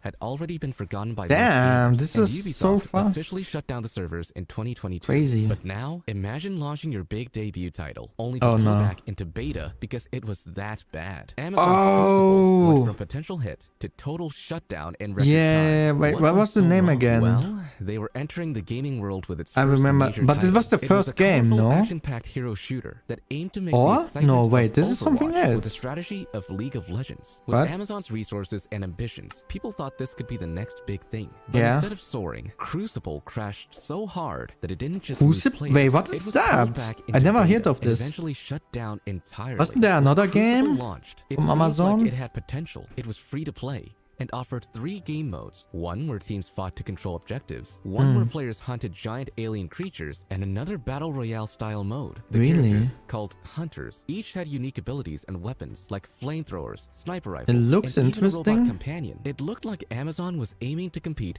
with the best multiplayer games out there. But from the moment players jumped in, it was clear something wasn't right. The gameplay felt clunky, like it wasn't finished. Movement was awkward. Combat felt unbalanced. And there was no real sense of teamwork. Imagine shooting at an enemy and not being sure if your attacks were even doing anything, because the feedback he's not was so really weak, losing it HP. didn't feel satisfying. And in a Killed him. game like this, that's a huge problem. Another issue was the game's identity, or lack of it. Games like Overwatch stand out because of their colorful characters and engaging stories, while Apex Legends is known for its fast-paced, intense battles. But Crucible felt like it didn't know what it wanted to be. The modes were so different that the game lacked focus, and none of them stood out as particularly fun. It was like Amazon had thrown a bunch of ideas together, hoping something would stick. And then there was the lack of polish. The maps were big, but they felt empty and lifeless. Yeah, I mean, you see it in the gameplay. It looks the user interface a bit was weird. confusing, making it hard for players to figure out what to do or where to go.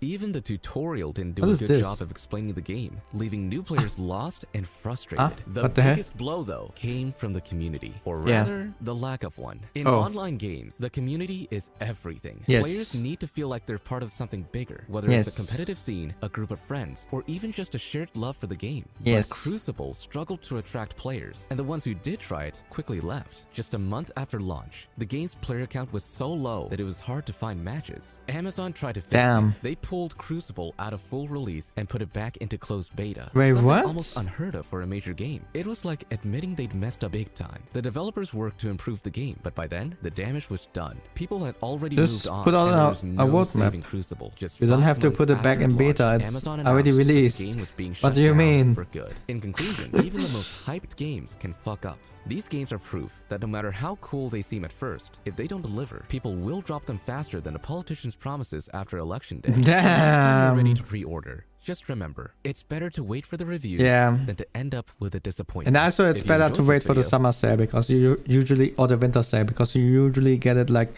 at least 10% off. Sometimes even more. So yeah, if you can't wait, you can still buy, but yeah. Look, like with the Pico, I can get almost 20% off now when I buy it.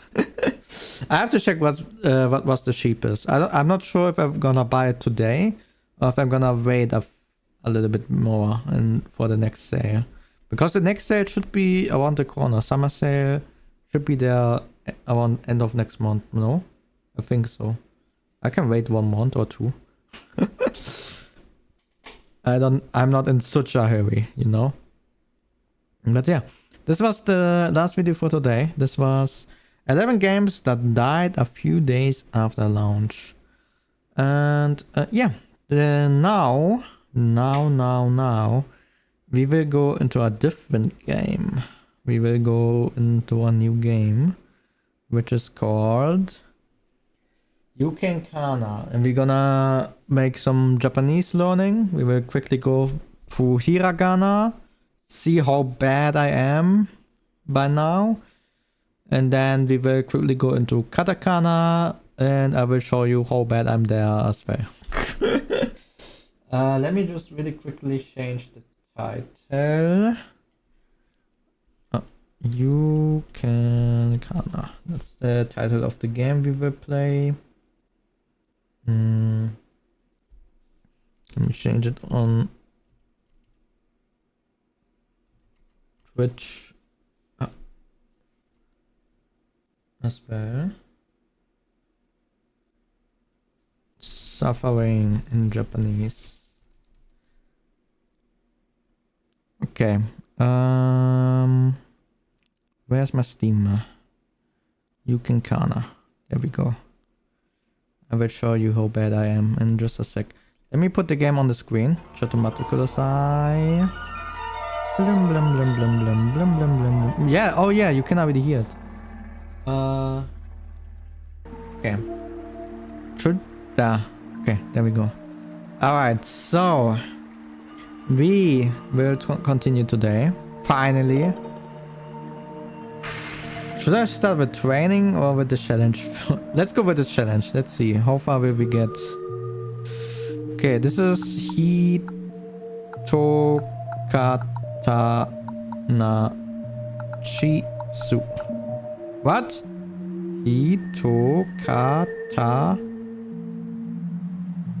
na Chi.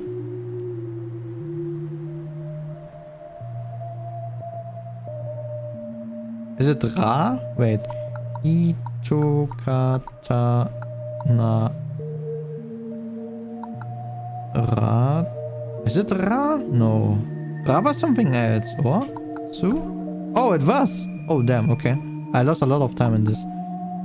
Narabinaki. Hiye. Oh god.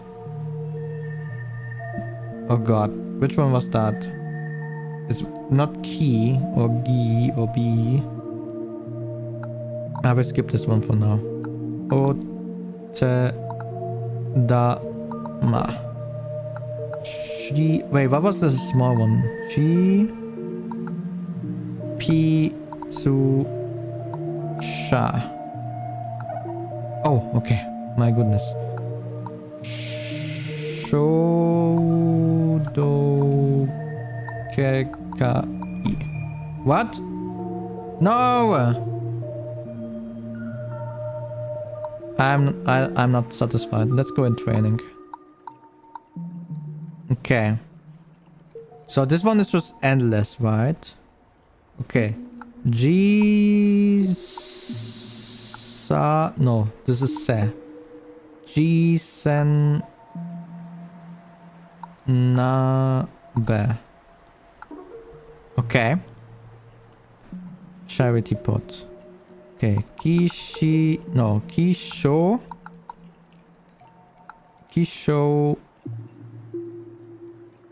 Fubu. Boo. Kishobu. What does that mean? Yellow iris. Okay, interesting. Well, I can't just be here endlessly. Okay, that's good. Let's learn. Let's train. Okay, so what else? Oh god, it's too many. Ah, okay, let's go right to left. For now. Okay. Tan Penteki. Done?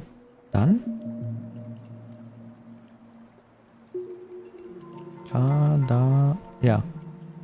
Dan Penteki. Fragmentary. Okay. Atosu.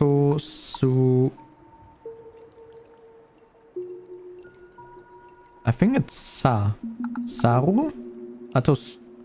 Atosuzaru. Yeah, okay. To retreat. Oh god, which one was that?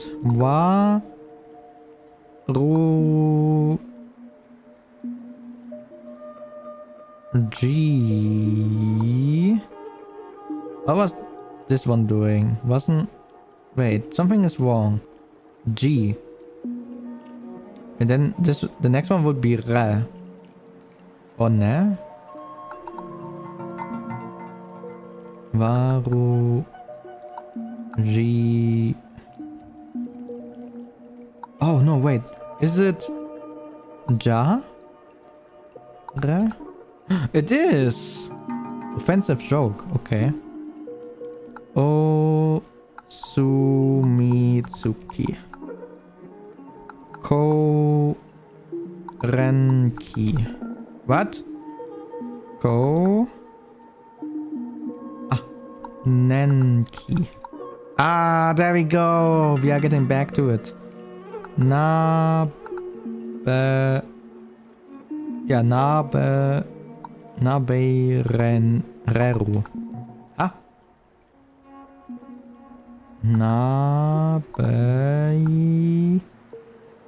Reru. Wait, what? Wait, which one is this one?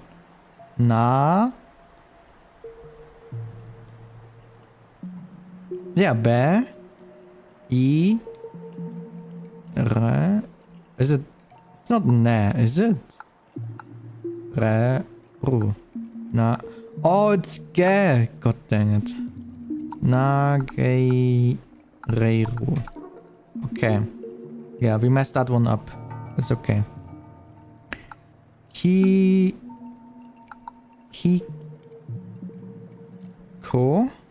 Like that. Hiko. What is this one?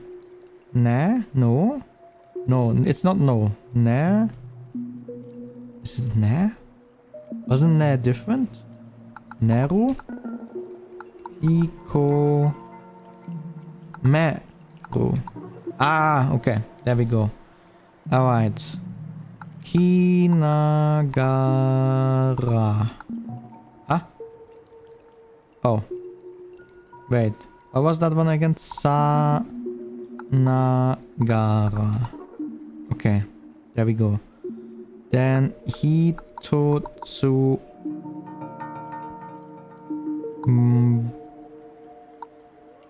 Bashi? Hitotsubashi. Yeah, this sounds not correct. Hitotsu. It's not ma. What was it? Was it ba? Or bo? Was it boshi? It was boshi. Evening star. Interesting. Sumaranai. Oshi. Oshi. Ka. Esu. Okay. Kake. Koto.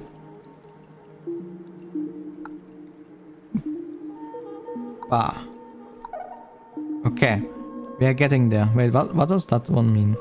No mi. Na. Rasu? Okay. Yeah, our brain is slowly restarting. We are slowly getting back there. Let's train a little bit more and then we will go to katakana and we will do the same training there. I think the training is really effective.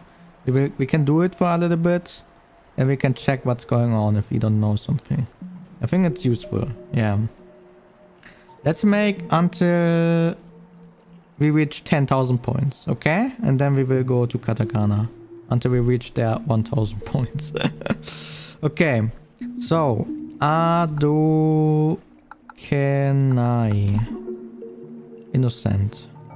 And then this is... Wait, wasn't this she? Or was it Sa? Then it would be Sa...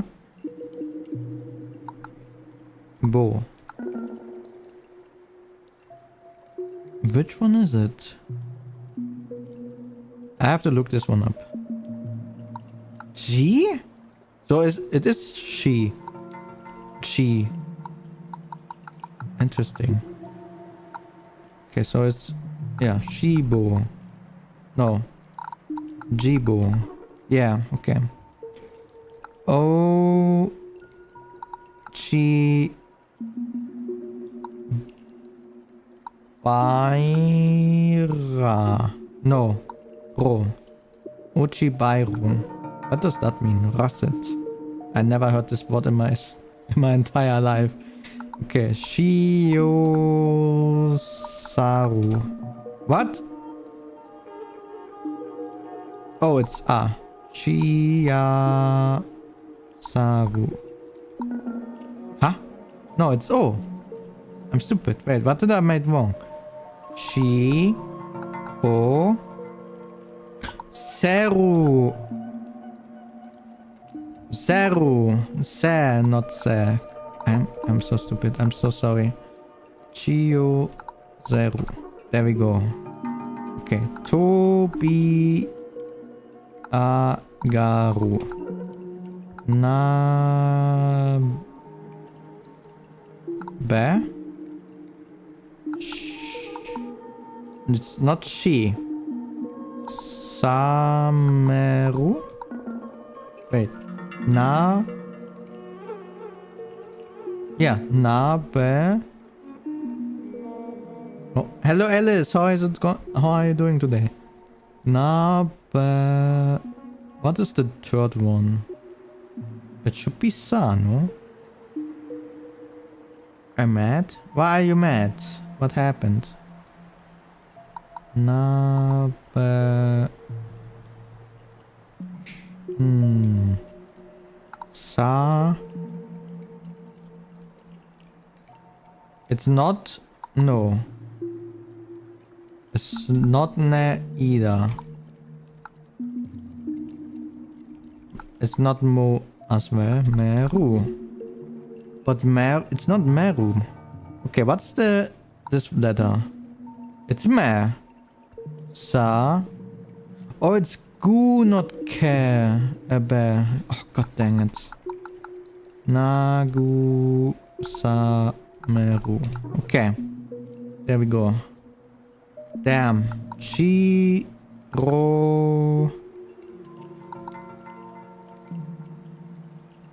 Po. I. Shiro poi. Whitish. Whatever that means. Kya. Oh. Kya ke. Hon. Kya. What? Kya ke kon. No. Kya ke hon. Huh? Kya. Ke. Yeah. O-N. I have the feeling the K is wrong. Is it cool? It is cool. Ku-hon. Kya-ku-kon. Scenario. Okay.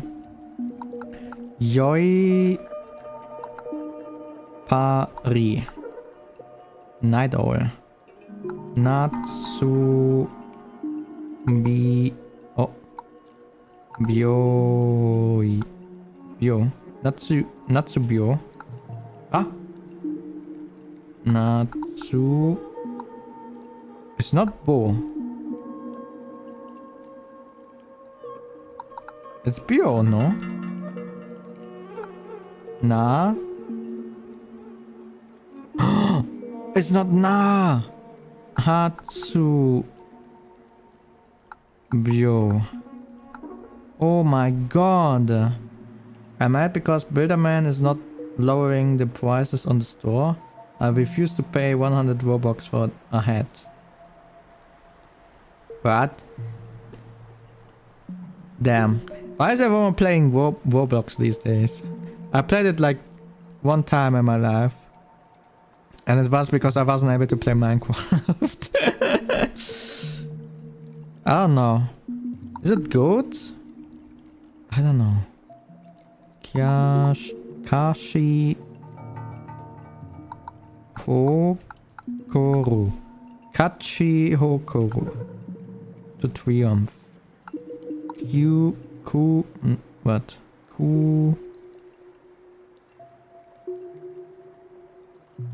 It's cool, right? It's not care.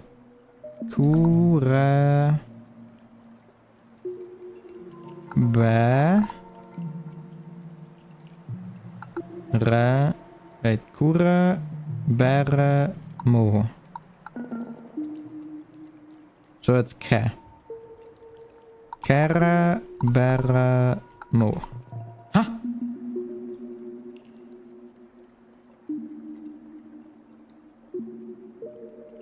Wait, is it... Ne? No. Yes? I have to check. It's re.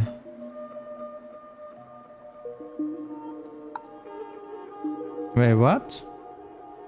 Wait, didn't we vote it like this? Kura. Bera. Oh, wait. Guremo. Oh my god. There are some good games at Roblox. Really? Like what? Like what? Okay, show be... Oh no, show... No, be me... Ga. Show be me ga. Show be me... Where? Wait, what? What am I doing wrong? Show. B. Yeah, it's me. No. Yes? No. She.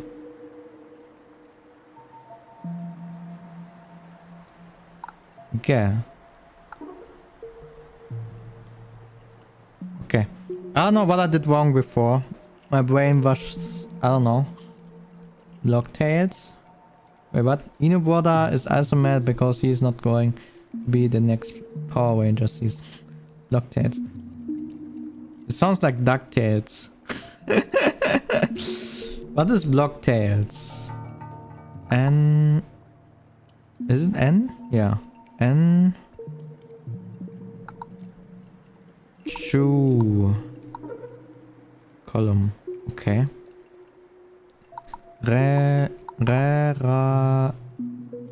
Va... Kasu. What? Wait. Re...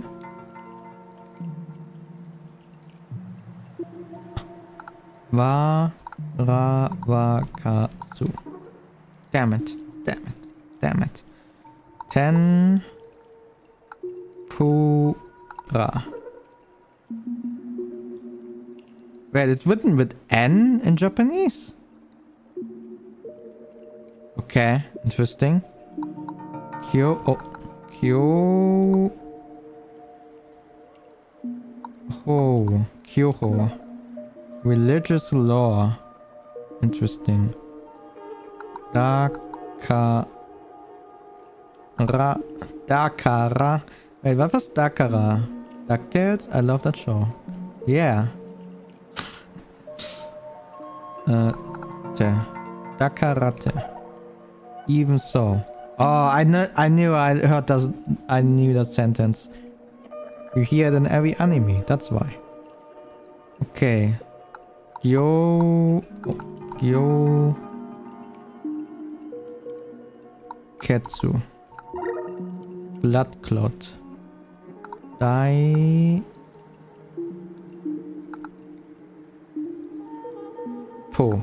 Daipo. First step. Agetsurao. What? Agetsurao. Ah, okay. It's actually a word. Okay, to discuss. Really? Oh, Psychomo. What? This sounds wrong. Yeah, it is wrong. Oh, Psycho... Moo. This sounds... To pin down. Oh, damn. Okay. Ipani.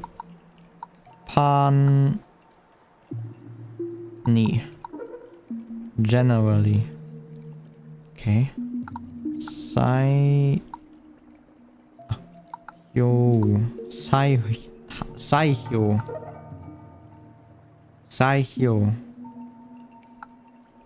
Ju-sen.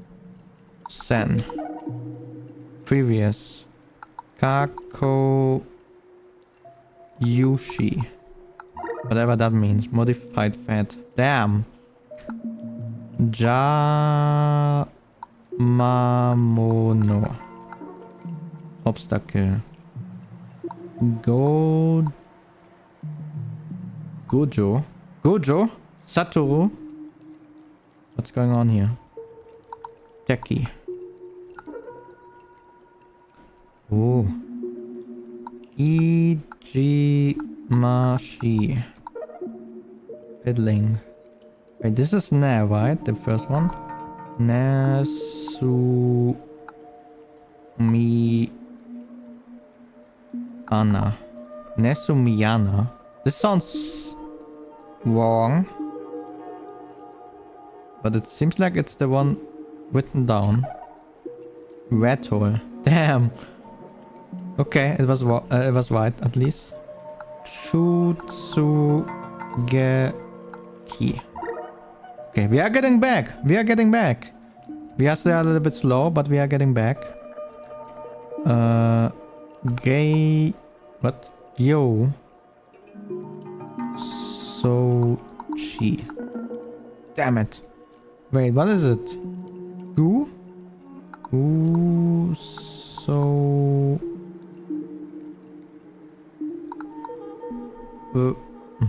What is it? Yeah.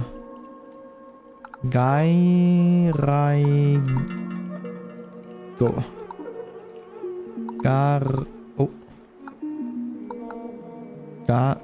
Garyarito. Wait, what? Oh, it's she. I'm stupid. Gacharito. Okay, this makes more sense. Okay.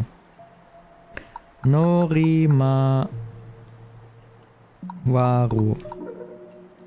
Okay, to ride around. Okay. Chijirazu. Mogi Batake. Wait, Mo?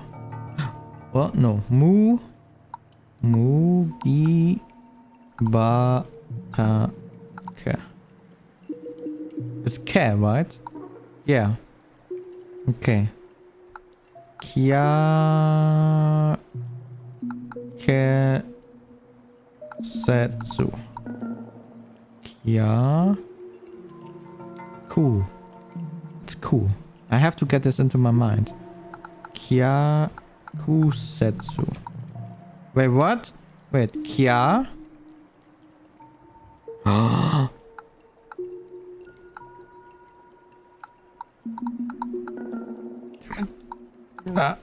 Gya Kusetsu. Oh my goodness. Paradox. This is indeed a paradox.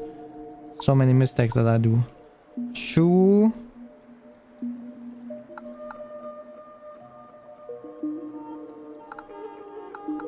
Ku. Go. Shukogo. What? Karma. Damn. Okay. Wait. Ta. Su. What? Okay, I finally found a place where I can watch almost all the Doctor Who that I want. Really? Which place?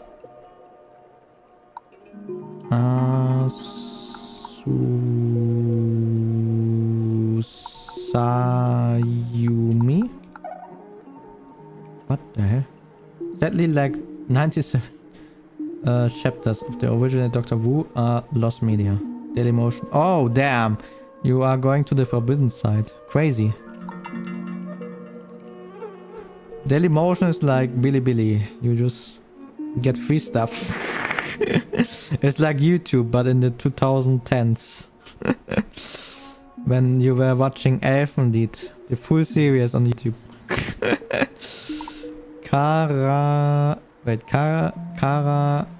Karakoto Ba. Chinese. LOL. Okay. Nama G K. Okay. We did it correctly. Good. Okay. Sashiyosae. Hito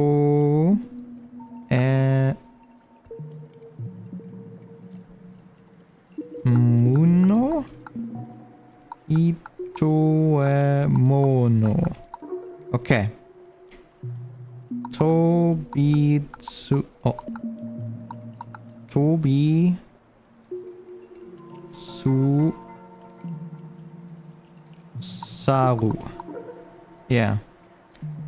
Ki. Oh god, this was Wa. No, Wo. But I think it had a different name here. Sukete. Let's see. Oh no, it is. Okay, good. Good. Everything is fine. Dashutsu. Okay, escape. Yeah, I want to escape.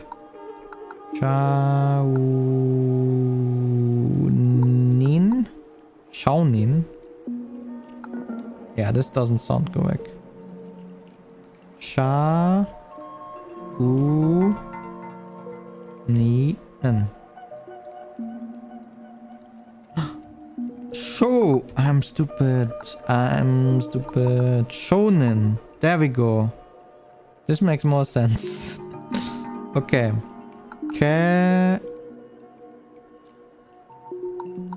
Ku. Ta. Bi. Re. Ru. Okay. Kanse. Yori. Kanse Yori. Whatever that means. Twisted paper. In. Satsuki. Hekotareru.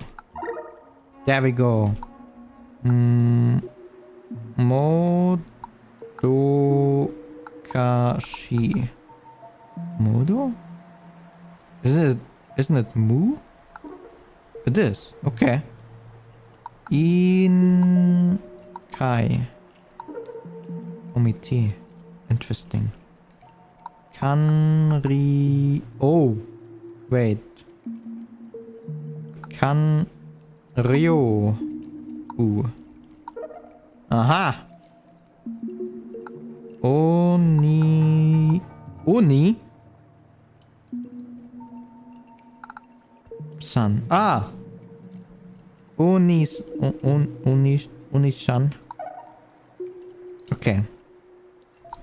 She by Goya. Okay, playhouse. Katana Kaji.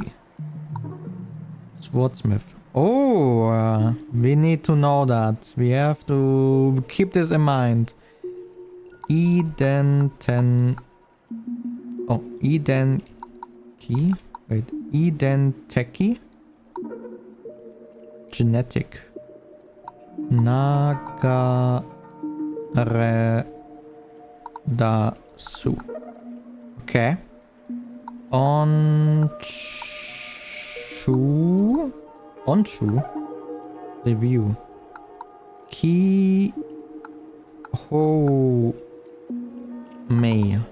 Kihome. Okay. Hitotsuoki. There we go. Oh no. Kare. Saiku. Kare Saiku. Damn it. Kare. It had a weird letter. We have to look it up. It's not. Oh, it's wa. Oh, damn it. Kawa Saiku. Damn it.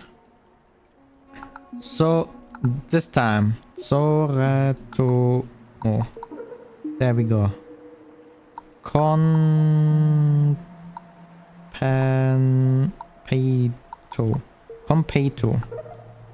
Okay, one more to go.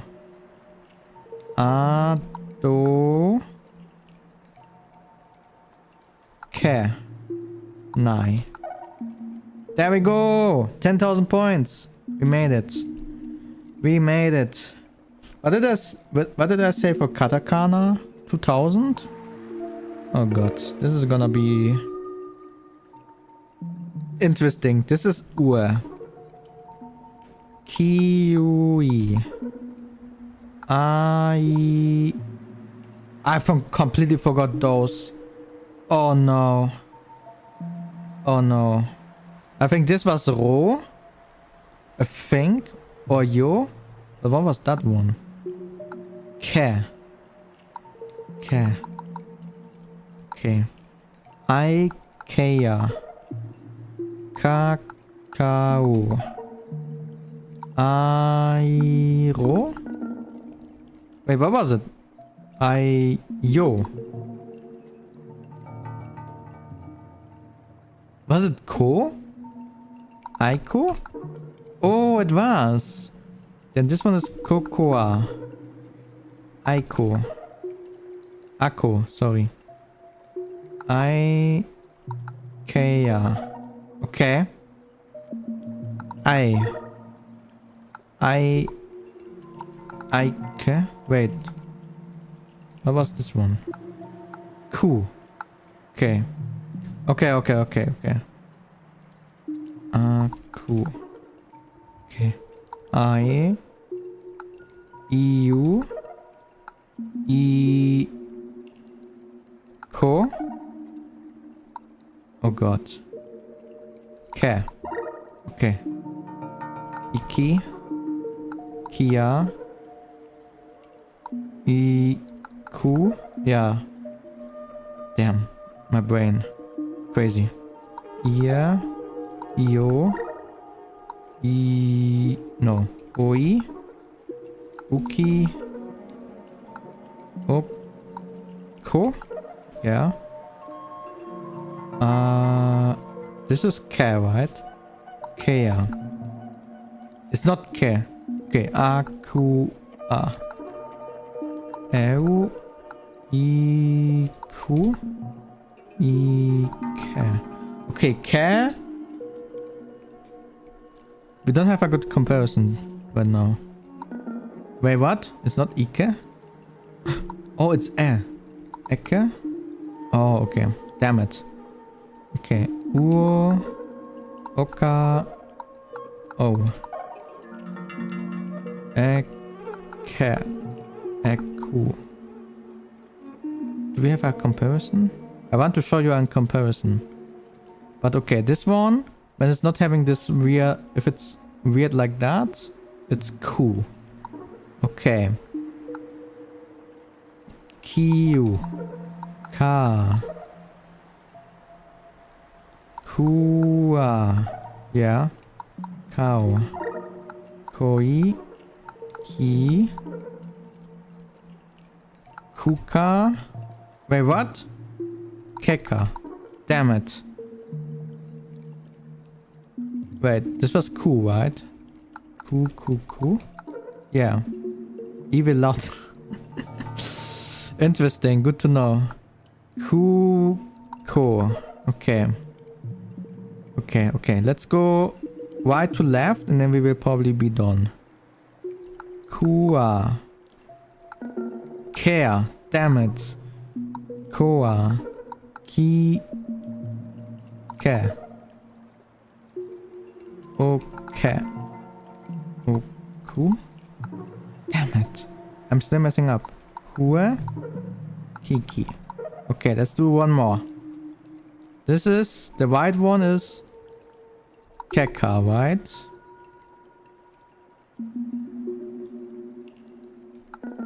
It's Kuka. Damn it. Okay. Kuko. Ua. Kika.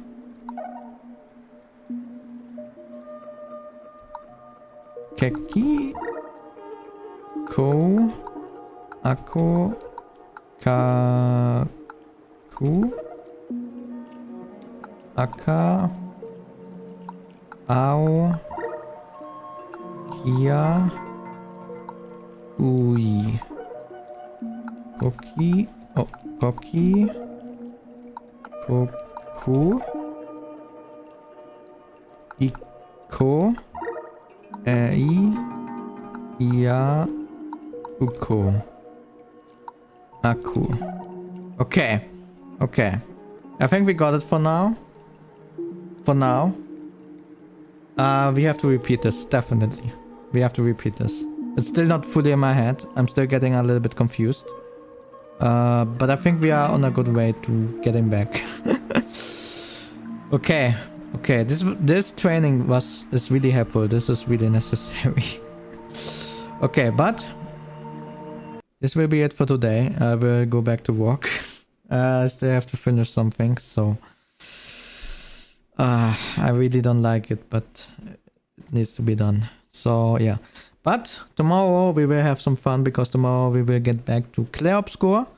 because we cannot allow that Kiwawa. Where's Kiwawa, by the way? Let me check. Wawa. Kiwawa. Live. No, she haven't played since the last time. But she is roundabout where we have been. She's almost there. So, or is she already there? I'm not really sure. But she's close to where we are. And she started way later than we did. So we have to make a lot of progress today, tomorrow, and the day after tomorrow. So, yeah, we have to catch up before she is catching up to us. Yeah. Okay, but for today, this will be it. Thanks for watching. I really have to check my schedule for next week. I don't know if I will be already traveling in the evening on Friday or not. But if I do, then yeah, we have to skip one more time. God dang it. But yeah, I will be back on Sunday, definitely. But yeah. Yeah. It is what it is. Anyway, I'm talking too much again, so thanks for watching once again, and I'll see you tomorrow, hopefully, when we are catching up in Clair Obscur. Yes. Ryu, bye bye.